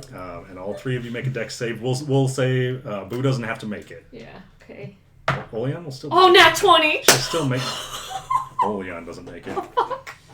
Okay. 22. So you take half damage. Cool. Olean takes full. I'm sorry. Olean takes 12. Oh, she's 12 fire damage. she's dead. Chars to a crisp. No. Who's gonna make the eggs? And then I take 6. You'll take 6. 6 fire damage. Oh, as a reaction? Yes. No, I don't want to use absorb elements. No, never Okay. mind. All right. Never mind. So that will be the first round there. So everybody else still running. We are dwindling on our people. Since no one is with me now, there's nothing I can do for anyone right now, so I will just take this action to dash. Okay, you got it. Ori? I'll probably just keep running. Okay, because you've still got I've got, Bior. no. Right? Oh no, you have Priam. Brian. You have Priam. I have the other gnome. Yeah. Yeah. So since I don't have to use my action to dash the way everyone else does, can I make it to the clearing by the end? Like, can I still take an action when I get there? If you bonus action dash? Sure. Well, yeah, we'll say that when you get there, you can take an action and then we'll put you in initiative. Okay. Sound good? Yeah. Okay. However, we are still going to have things happen. Can I finish my turn first, or do you want Let's do the environmental one, and then we'll get to you joining that. Okay. But we'll say that you kept more safe because you moved quick enough. Roll a d8, though, please. Thank you. Please, my child. Big. Can you believe it? 5. That is Layla. I forgot about her. Yeah, so Layla Yeah. and Bior both. So if I'm Pretty not much everyone at this if I'm point. not mistaken, that means the only people who are not you guys are now Boo and the twins. And that's it. This is gonna have detrimental effects to my character until the end of the game. Good. I told you all we were starting strong. Can I do my We don't feel super strong. thing sorry. now? Yes. So you would run. You've still got more with you. Are you because you're carrying more, right? She's small enough. So you run into this clearing and you immediately see this creature. I'm going to let you make this choice. Do you want to see the creature burn Olean or not? Yes. Okay. So you make it to the clearing just as this ash breath envelops Olean and Raina. And you can see Raina just like protecting Boo as this ash just like past her. And you watch as Olean drops. Literally just like charred. Can we say when I like rise up, like the blue is gone, it is red? Yeah, Like hell the yeah. eyes. I like it. Thank you. Sick. Flavor. I'm And so that's what you see as you arrive to this clearing. trying to decide between two things. Using my table, is that an action or a bonus action? I don't remember, but I know I wrote it down, so give me just a That second. will make my decision for me. Okay, I am Please pretty chill. sure it is a bonus action. All right. I think it's essentially the equivalent of a rage. Okay. Then I would like to cast Unsettling Presence Okay. on the thing. Okay. And so what does that do for you? It has disadvantage on its next saving throw. Okay. Does it have to make a check? No. Did we write that down? It does just that. happens? Yep. That seems real good. Disadvantage on its next saving throw? Yep. Sick. That's Yeah. That is useful. Okay. And then that's your turn. Yeah. And then we'll put you and more in initiative. So roll initiative. Do you think that she would have time to like chuck more back as she's running? Like, Sees that. still into the fields? Not necessarily in the field, but just like at the very edge, Can if you want. like behind her. Like as soon as you hit the clearing, you like drop her at the edge and keep going. Yeah. Sure, that's fine. She's still going to be in initiative though. Yeah, but after watching what happened with Oleon. Raina, Leon, and Boo, she thinks she's better off Okay. being able to book it if she needs to. Okay. Isn't that right, Karen? Well, roll initiative. More. Got a 5. Got a 7. 7 is not terrible. So that means that you will go after the Ash Creeper and before more. Oh my god. Nobody's names start with the same initial. I know, I already thought about that. Why would you do that? God, that's amazing. Okay. Single letters on the And then I think at this point, everybody else would also make it to the clearing. So, Ori, Favyon, and F-O-R-E. Priam. Roll initiative, please. 17. Oh, Priam also got a 7. Or the Phenomenal Four, or the Fantastic Four, because F-O-R-E. I was writing it down. I saw literally. You said nobody, and I was like, wait. What do our initials make? What words? Four. What words? Fantastic. The Fantastic Four. Four. F-O-R-E. Wow, how did this already happen? We already have a team name, guys. Damn. Shit. That's so good. Alright, I'm proud cool. of myself for that one. Yeah, no, that's great. You said you got a 17? Yeah. Okay, so that would put you behind Boo. I'm just gonna erase Oleon, and we're gonna put in Favyon. Woohoo! And then what'd you get?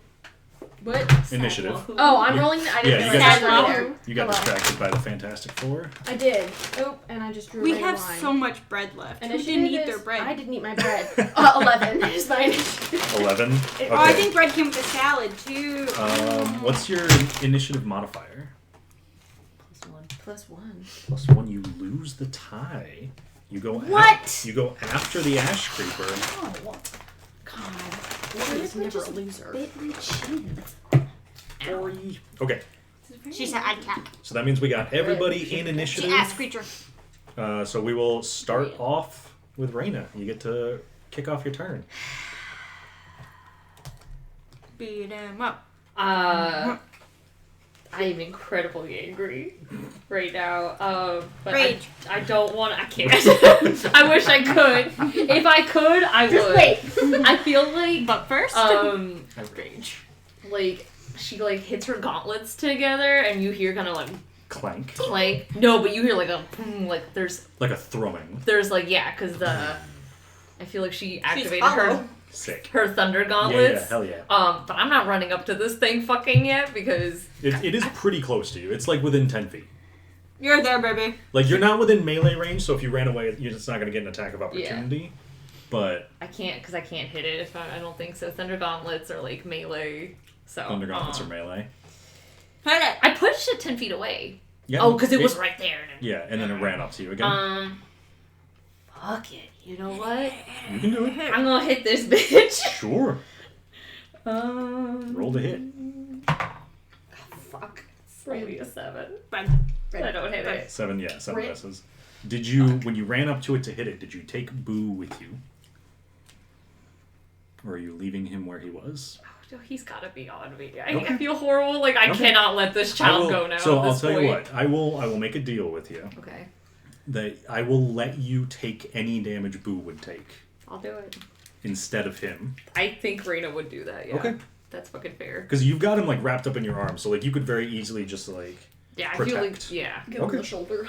I will accept this. Is that your turn? Yeah. Are you running away from it again? I mean, yeah, as a bonus action, expeditious, because I still have it. It's been still within 10 minutes, so yeah, so I'm gonna... Because you can bonus action disengage Yeah. with expeditious retreat. I think so. Let me double check. Does not say. It just says I can take a dash action. Then it would not be a disengage, unfortunately. Those are different things. I might take the opportunity. Okay, that's fine. You can. Yeah, I'll move back a Why? little bit. You know, He's nah, just gonna I'll move stay. up to you. That's true. I'll stay. Okay. I'll stay because that's true. The thing is just gonna come to me. Okay, it's Boo's turn. We're gonna say that he is gonna take like quote unquote a defensive stance. That's gonna be his like accepting you take the damage instead of him. Is that fair? That's fair. Okay. Huh? What if you throw a rock at it? I mean, he could. He doesn't have a rock. Give me moral support. Favyon, you are up. I'm gonna run behind it so it is flanked. Sure. Nice. You do so. I'm gonna attack it You do so. with my long sword. You have advantage because it is flanked. You don't need it. 24.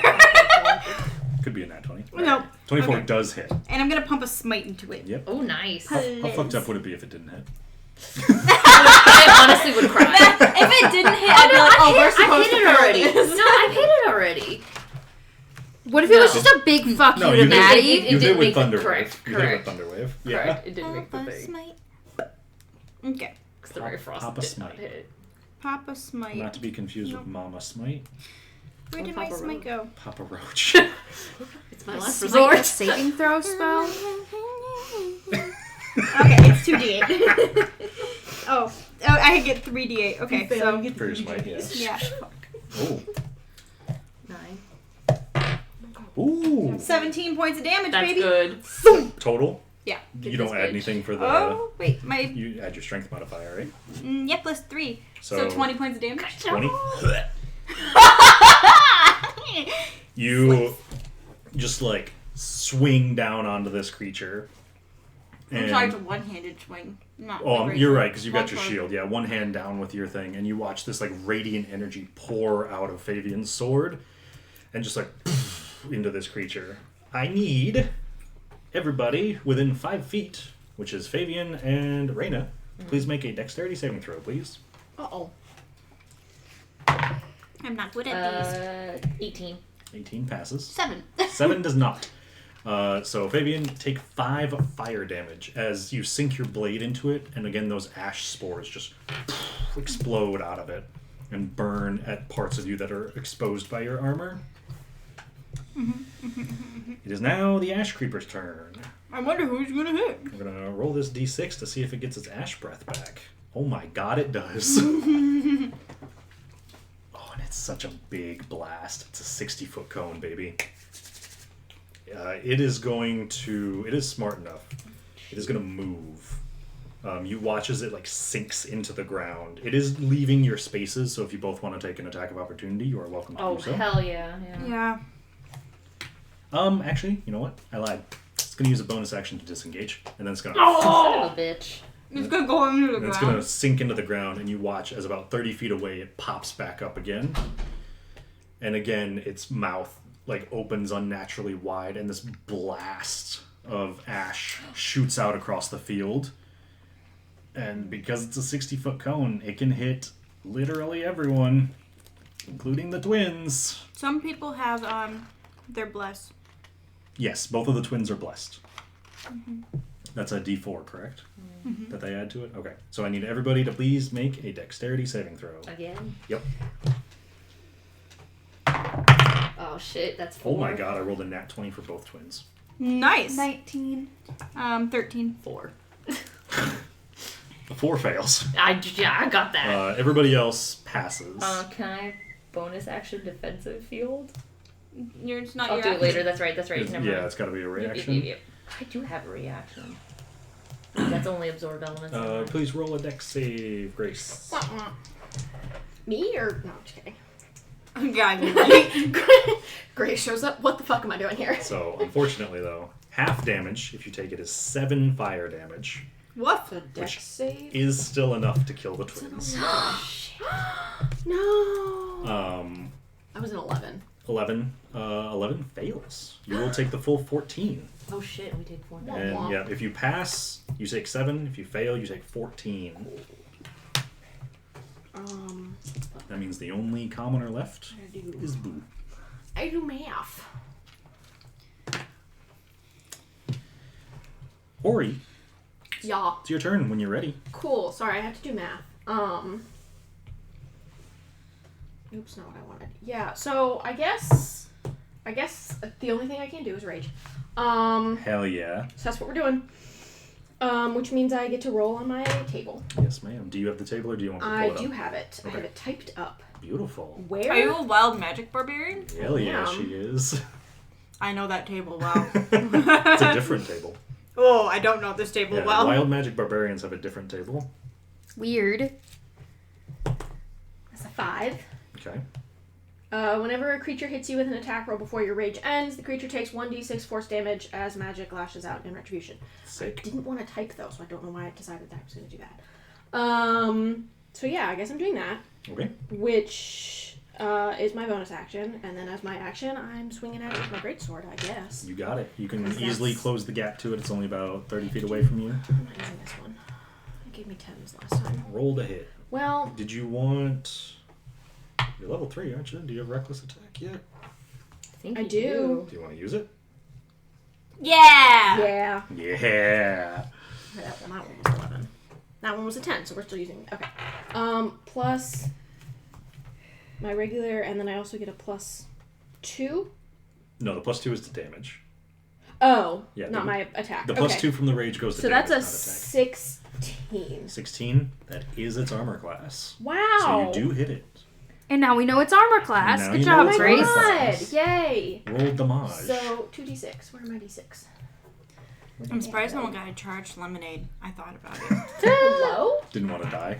I purposefully did because it will kill It me. might actively kill Lena, yeah. Okay, well that's 9 + 3 + 2, which is, now I'm doing math again, 14 damage? It's dead. It's not dead, but it looks pretty rough. I think that's 14 Nice. damage. Looks pretty rough. Nice. Yeah. And that's your turn. I think so, yeah. Okay. Favyon. Wait, that's not a Favyon. That's a Eurydice. I was about to say Favyon. Hell yeah, let's No, go. it's Let's Eurydice. go. I didn't, for some reason, my E, I didn't put like the bottom thing on it, so I had 2 Fs. Good job. I didn't happen to leave any Coke Zero here, did I? Mhm. I tend to do that in places. I'm sorry, friendo. I think we have some of Ty's alcohol, though, actually, if you want to take that. Oh, no, I don't want to take his alcohol. Yeah, I should have brought. I bought like cherry Pepsi Zero. I should have brought them. Next time I will. I'm sorry, Maddie. Maddie's heart breaks a little. I will make sure we have Coke Zero at Super Bowl. Thanks, Mom. At Super Bowl. Oh, yeah, I've been meaning to let you know that I might have to run out to my car and get after the combat. Roll your thing. I do not have What you I doing? thought it was in there. If not, I'll do it. I'll I do it. will- How far I away will is it from check. her? 30 feet. She go to it. Okay. She do her table. Can For, Okay. she mad? You're doing that before you attack? Is that how the table's supposed Yeah, to work? that's fine. Yeah. Yeah. Alright, Eurydice rages. That's interesting. Roll a Yeah. D100, please. It sure is. Is there a wild magic rogue? There is now. Why? It's technically not wild magic, but 88. roll it again. Means he doesn't have one. The table's not complete, so we're re-rolling some of the 65. numbers. 65, that one I've got. I'm a little scared. Bubbles come but out of your mouth. Wouldn't that be fun? So it's one of the You start options. speaking in a Cockney accent. So as you get closer and this rage just like fills your body, having seen almost everyone else that you've been adventuring with for 3 weeks die, you literally get so mad that your vision blurs slightly, Yeah. and you start seeing visions of the future, of what could happen. You see yourself and your friends getting struck down by this creature. You see yourself killing this creature. You see the 5 of you walking out. You see 2 of you walking out. And because you're able to essentially see very ever so slightly, just minutes into the future, you are under the effects of the dodge action until the end of your next turn. What does that mean? It means that any attacks coming against you, I believe you add +2 to your AC. Oh, okay. That was one of the more tame ones you could have gotten. There are That's some. so That's exciting. a good one. There are some incredibly bad ones on this list, and some very good ones. Then That was a she's gonna mediocre one. stibbity stab. Sure. Can you sneak attack? Yeah. No, Yes. you don't have advantage against it.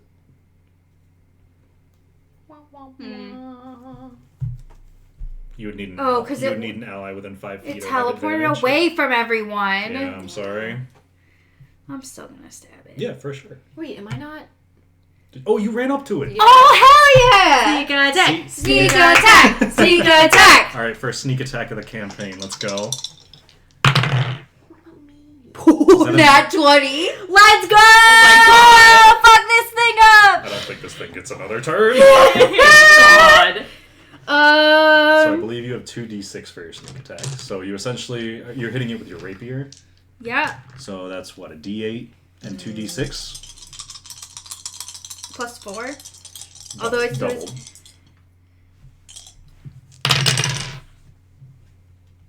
8, I've 16, seen some big 20. 20. How would you like to do this? She just like, in her rage, just like stabs up through it and then just twists. Okay. So you twist and you watch as this creature's head, the glowing coals on it start to fade. I will need you and Ori to make one last dex save as the ash cloud bursts out from this thing. Do I have a thing with dex saves? I think I do. If it's an effect you can see, you have advantage against it, which you do. Do I have to make a dex save? Yes. Not using You are not a high enough level to have evasion or uncanny dodge yet. Evasion's It so had good. disadvantage. hot garbage. That's a 9. Don't you have 9 advantage? fails. Advantage. Hold on, she has advantage. Do I? Yeah, I have 22? advantage. Yeah, we just said that. 8. Sorry, I'm okay. Well, that's 14. That's Alright, better. you both pass, so neither of you take the fire damage. As this creature So close to death. like slumps down to the ground, and for a brief moment, Yeah. things like start to calm, and you look around a little bit, and you notice that it's just the 4 of you and Boo left standing, And a child. Excellent. and you all kind of take a moment, breathe in, and you watch as some of the embers in the field start to dim. They don't go out, but they dim. I think we should run again. Keep going. Before they do that, Eurydice is gonna pull out a rapier and just chop this thing's head off. Sure. It is not going in my bag. No, I'm gonna golf club it away. Sure, you do so. Friend, I hate to ask, but I have some dents. You have some dents? Oh. Once we're out of here first, let's go. Okay. So you all Run. run. For the sake of this, you do not get attacked again. Thank God. Leaving the ash fields. You run, you get to the other side, and there's almost like this immediate feeling of relief as soon as you pass that barrier of burned grass into an open plain that is not filled with smoke and not burning. And you all take a second to just kind of like breathe and probably slump to the ground. Boo, weeping, full on tears. I feel like I'm, like, little doing man's my best losing to, his like- mind. Like he just watched 14 people die. Well, we don't know if they're dead. That's fair. That's fair. They just disappeared under the ground. You know some of them are dead. Yes. It Like is- Oleon. Yeah. It is alright. It is okay to cry. It's scary. Just kind of rubbing his back. He's Like, just like, did we make it? yes, little one, we are alright. You are okay. I will, I only have 12 hit points left to give you, but I will Just give give me a little bit. I will give you them. That's all I have to give. What were you down to? 7. Oh, you were fine. You guys didn't take a lot of damage. It was the commoners who did. Yeah, but you rolled a lot of 20s. Yeah. I did roll a lot of 20s. The 20s were mostly just to snatch people, though. Right. But, like, Yeah. what are we going to do against Yeah, that? yeah, no, Yeah. I got you. Snatched like the pigs. Exactly. As you all If anyone else take needs a quick healing, I can give breather, her I I'm fine. cure wounds. Okay. you look off into the distance and you can actually see a wall.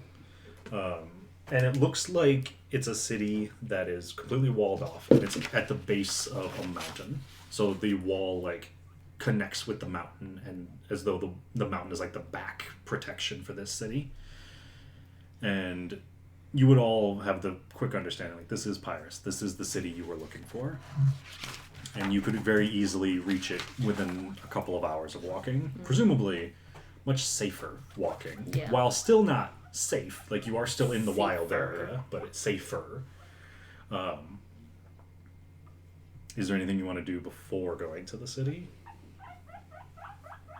I think just like as they're walking, I feel like I'm still carrying Boo, Okay. still very much trying to Yeah. awkwardly comfort this child. Like, That's fair. You know, look, little one, look at this city. We made it. We can look for your mother. Your father. He's just, like hyperventilating. He's just like he's having a bad day. Well, yeah. That is the understatement of the century. He's having I a feel bad like. day. I could use sleep, but I think that's only a minute, so Just I don't think knock it's this worth kid it. out. Shut the fuck up. Go to sleep. Go to sleep. I give him like a little music box to play with, like. He does. He'll play with it. Yeah. He's still crying, but like he's just like Yeah, sniffling. as it playing pops with the up, you music. see like there's like a figure of like 2 people dancing, and then when it like every once in a while it shifts and it's 2 dragons kind of like circling each other. That like it just keeps going. So it's like a cute little, yeah. You see, he's dragons. He's like, I like dragons. Yes, they're quite beautiful creatures. Very smart and intelligent, and beautiful, and shiny. Wow. Yeah. Have you seen a dragon? No. Someday. One day you will. One day. Hopefully, the Become a Metallic. dragon rider. Yeah. oh, but I Is mean, that how that works? but Could I ride a dragon? if the dragon says yes, because dragons are You can do sentient, talking anything.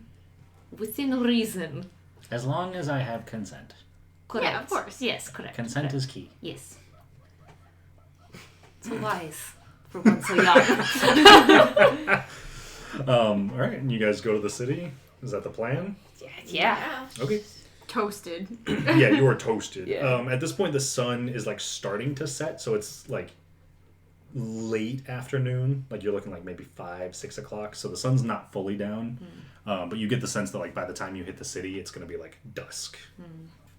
And so you walk, uneventful walk to the city, tiring. You're all probably exhausted, and you get to the edge of the city, and you get to the gate.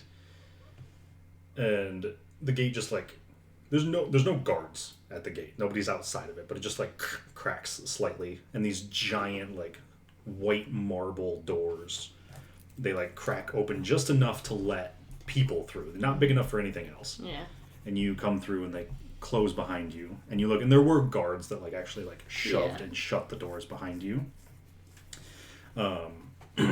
And you come in to this city, and it's very active despite the fact that it's pretty late at night. And can I have everyone make an insight check, please? Okay. I don't like that. 22. You know what? I'll tell you what. 17. Insight or history. Take your pick. Oh, yeah, baby. 22. In that case, dirty 20. 8. So, Eurydice and Raina, you would recognize that Pyrrhus is essentially like the adventuring capital of the world. Most people who want to make a name for themselves adventuring come here. And the city itself, it has a king, but it is almost run on the backs of adventuring parties. So there are always jobs to be had. If people somewhere in the world, if someone's like, I want to make money, They come. this is probably the place they go, but it is stiff competition. Like, it is incredibly difficult to make a name for yourself because there's so much competition.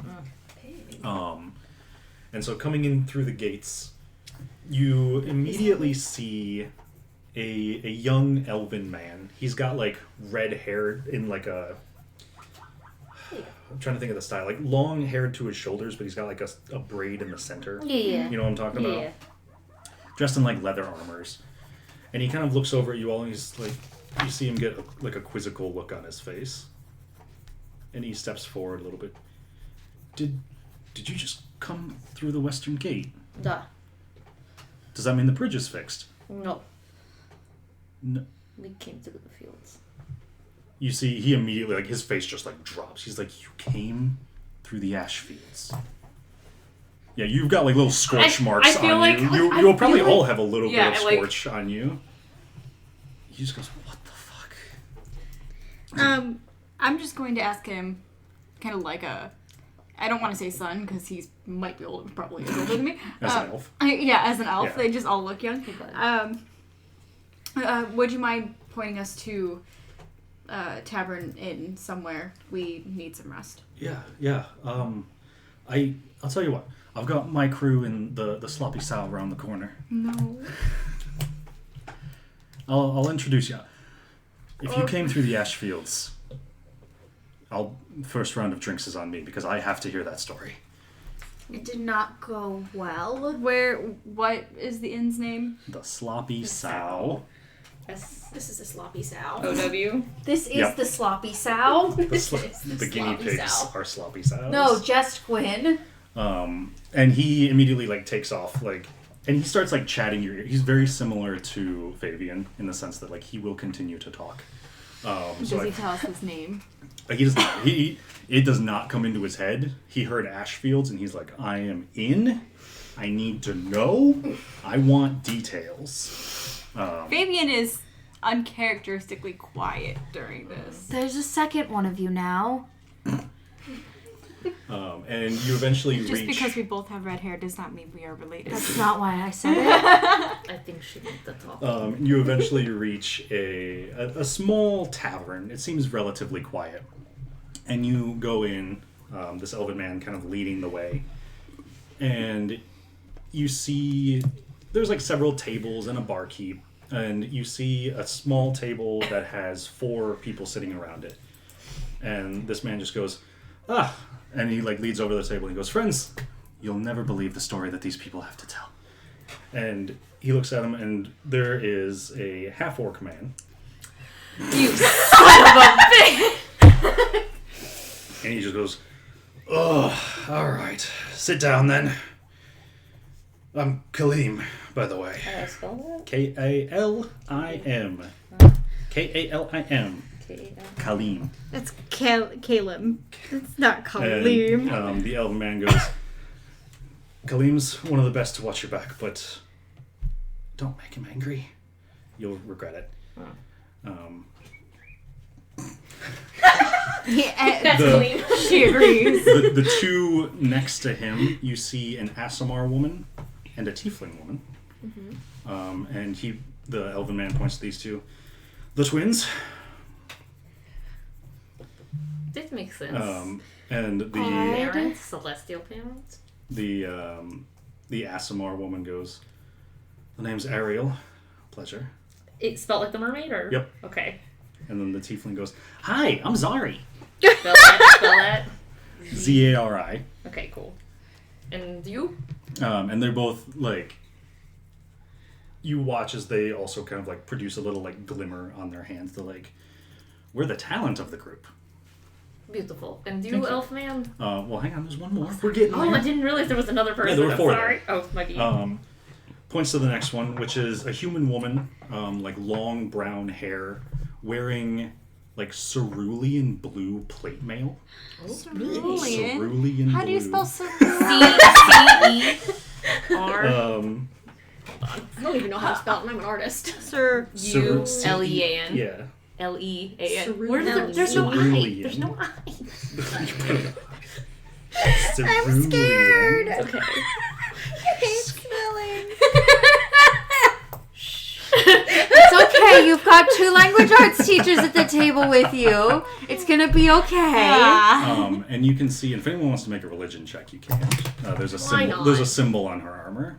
It's not a hard 14? check. I don't know anything. Harder than that. 14's 14? fine. Okay. No. That's an 18? 7's not. We were just looking for anything above a 10. You recognize it as the symbol of Umberly, Oh, yeah, that would make The- sense.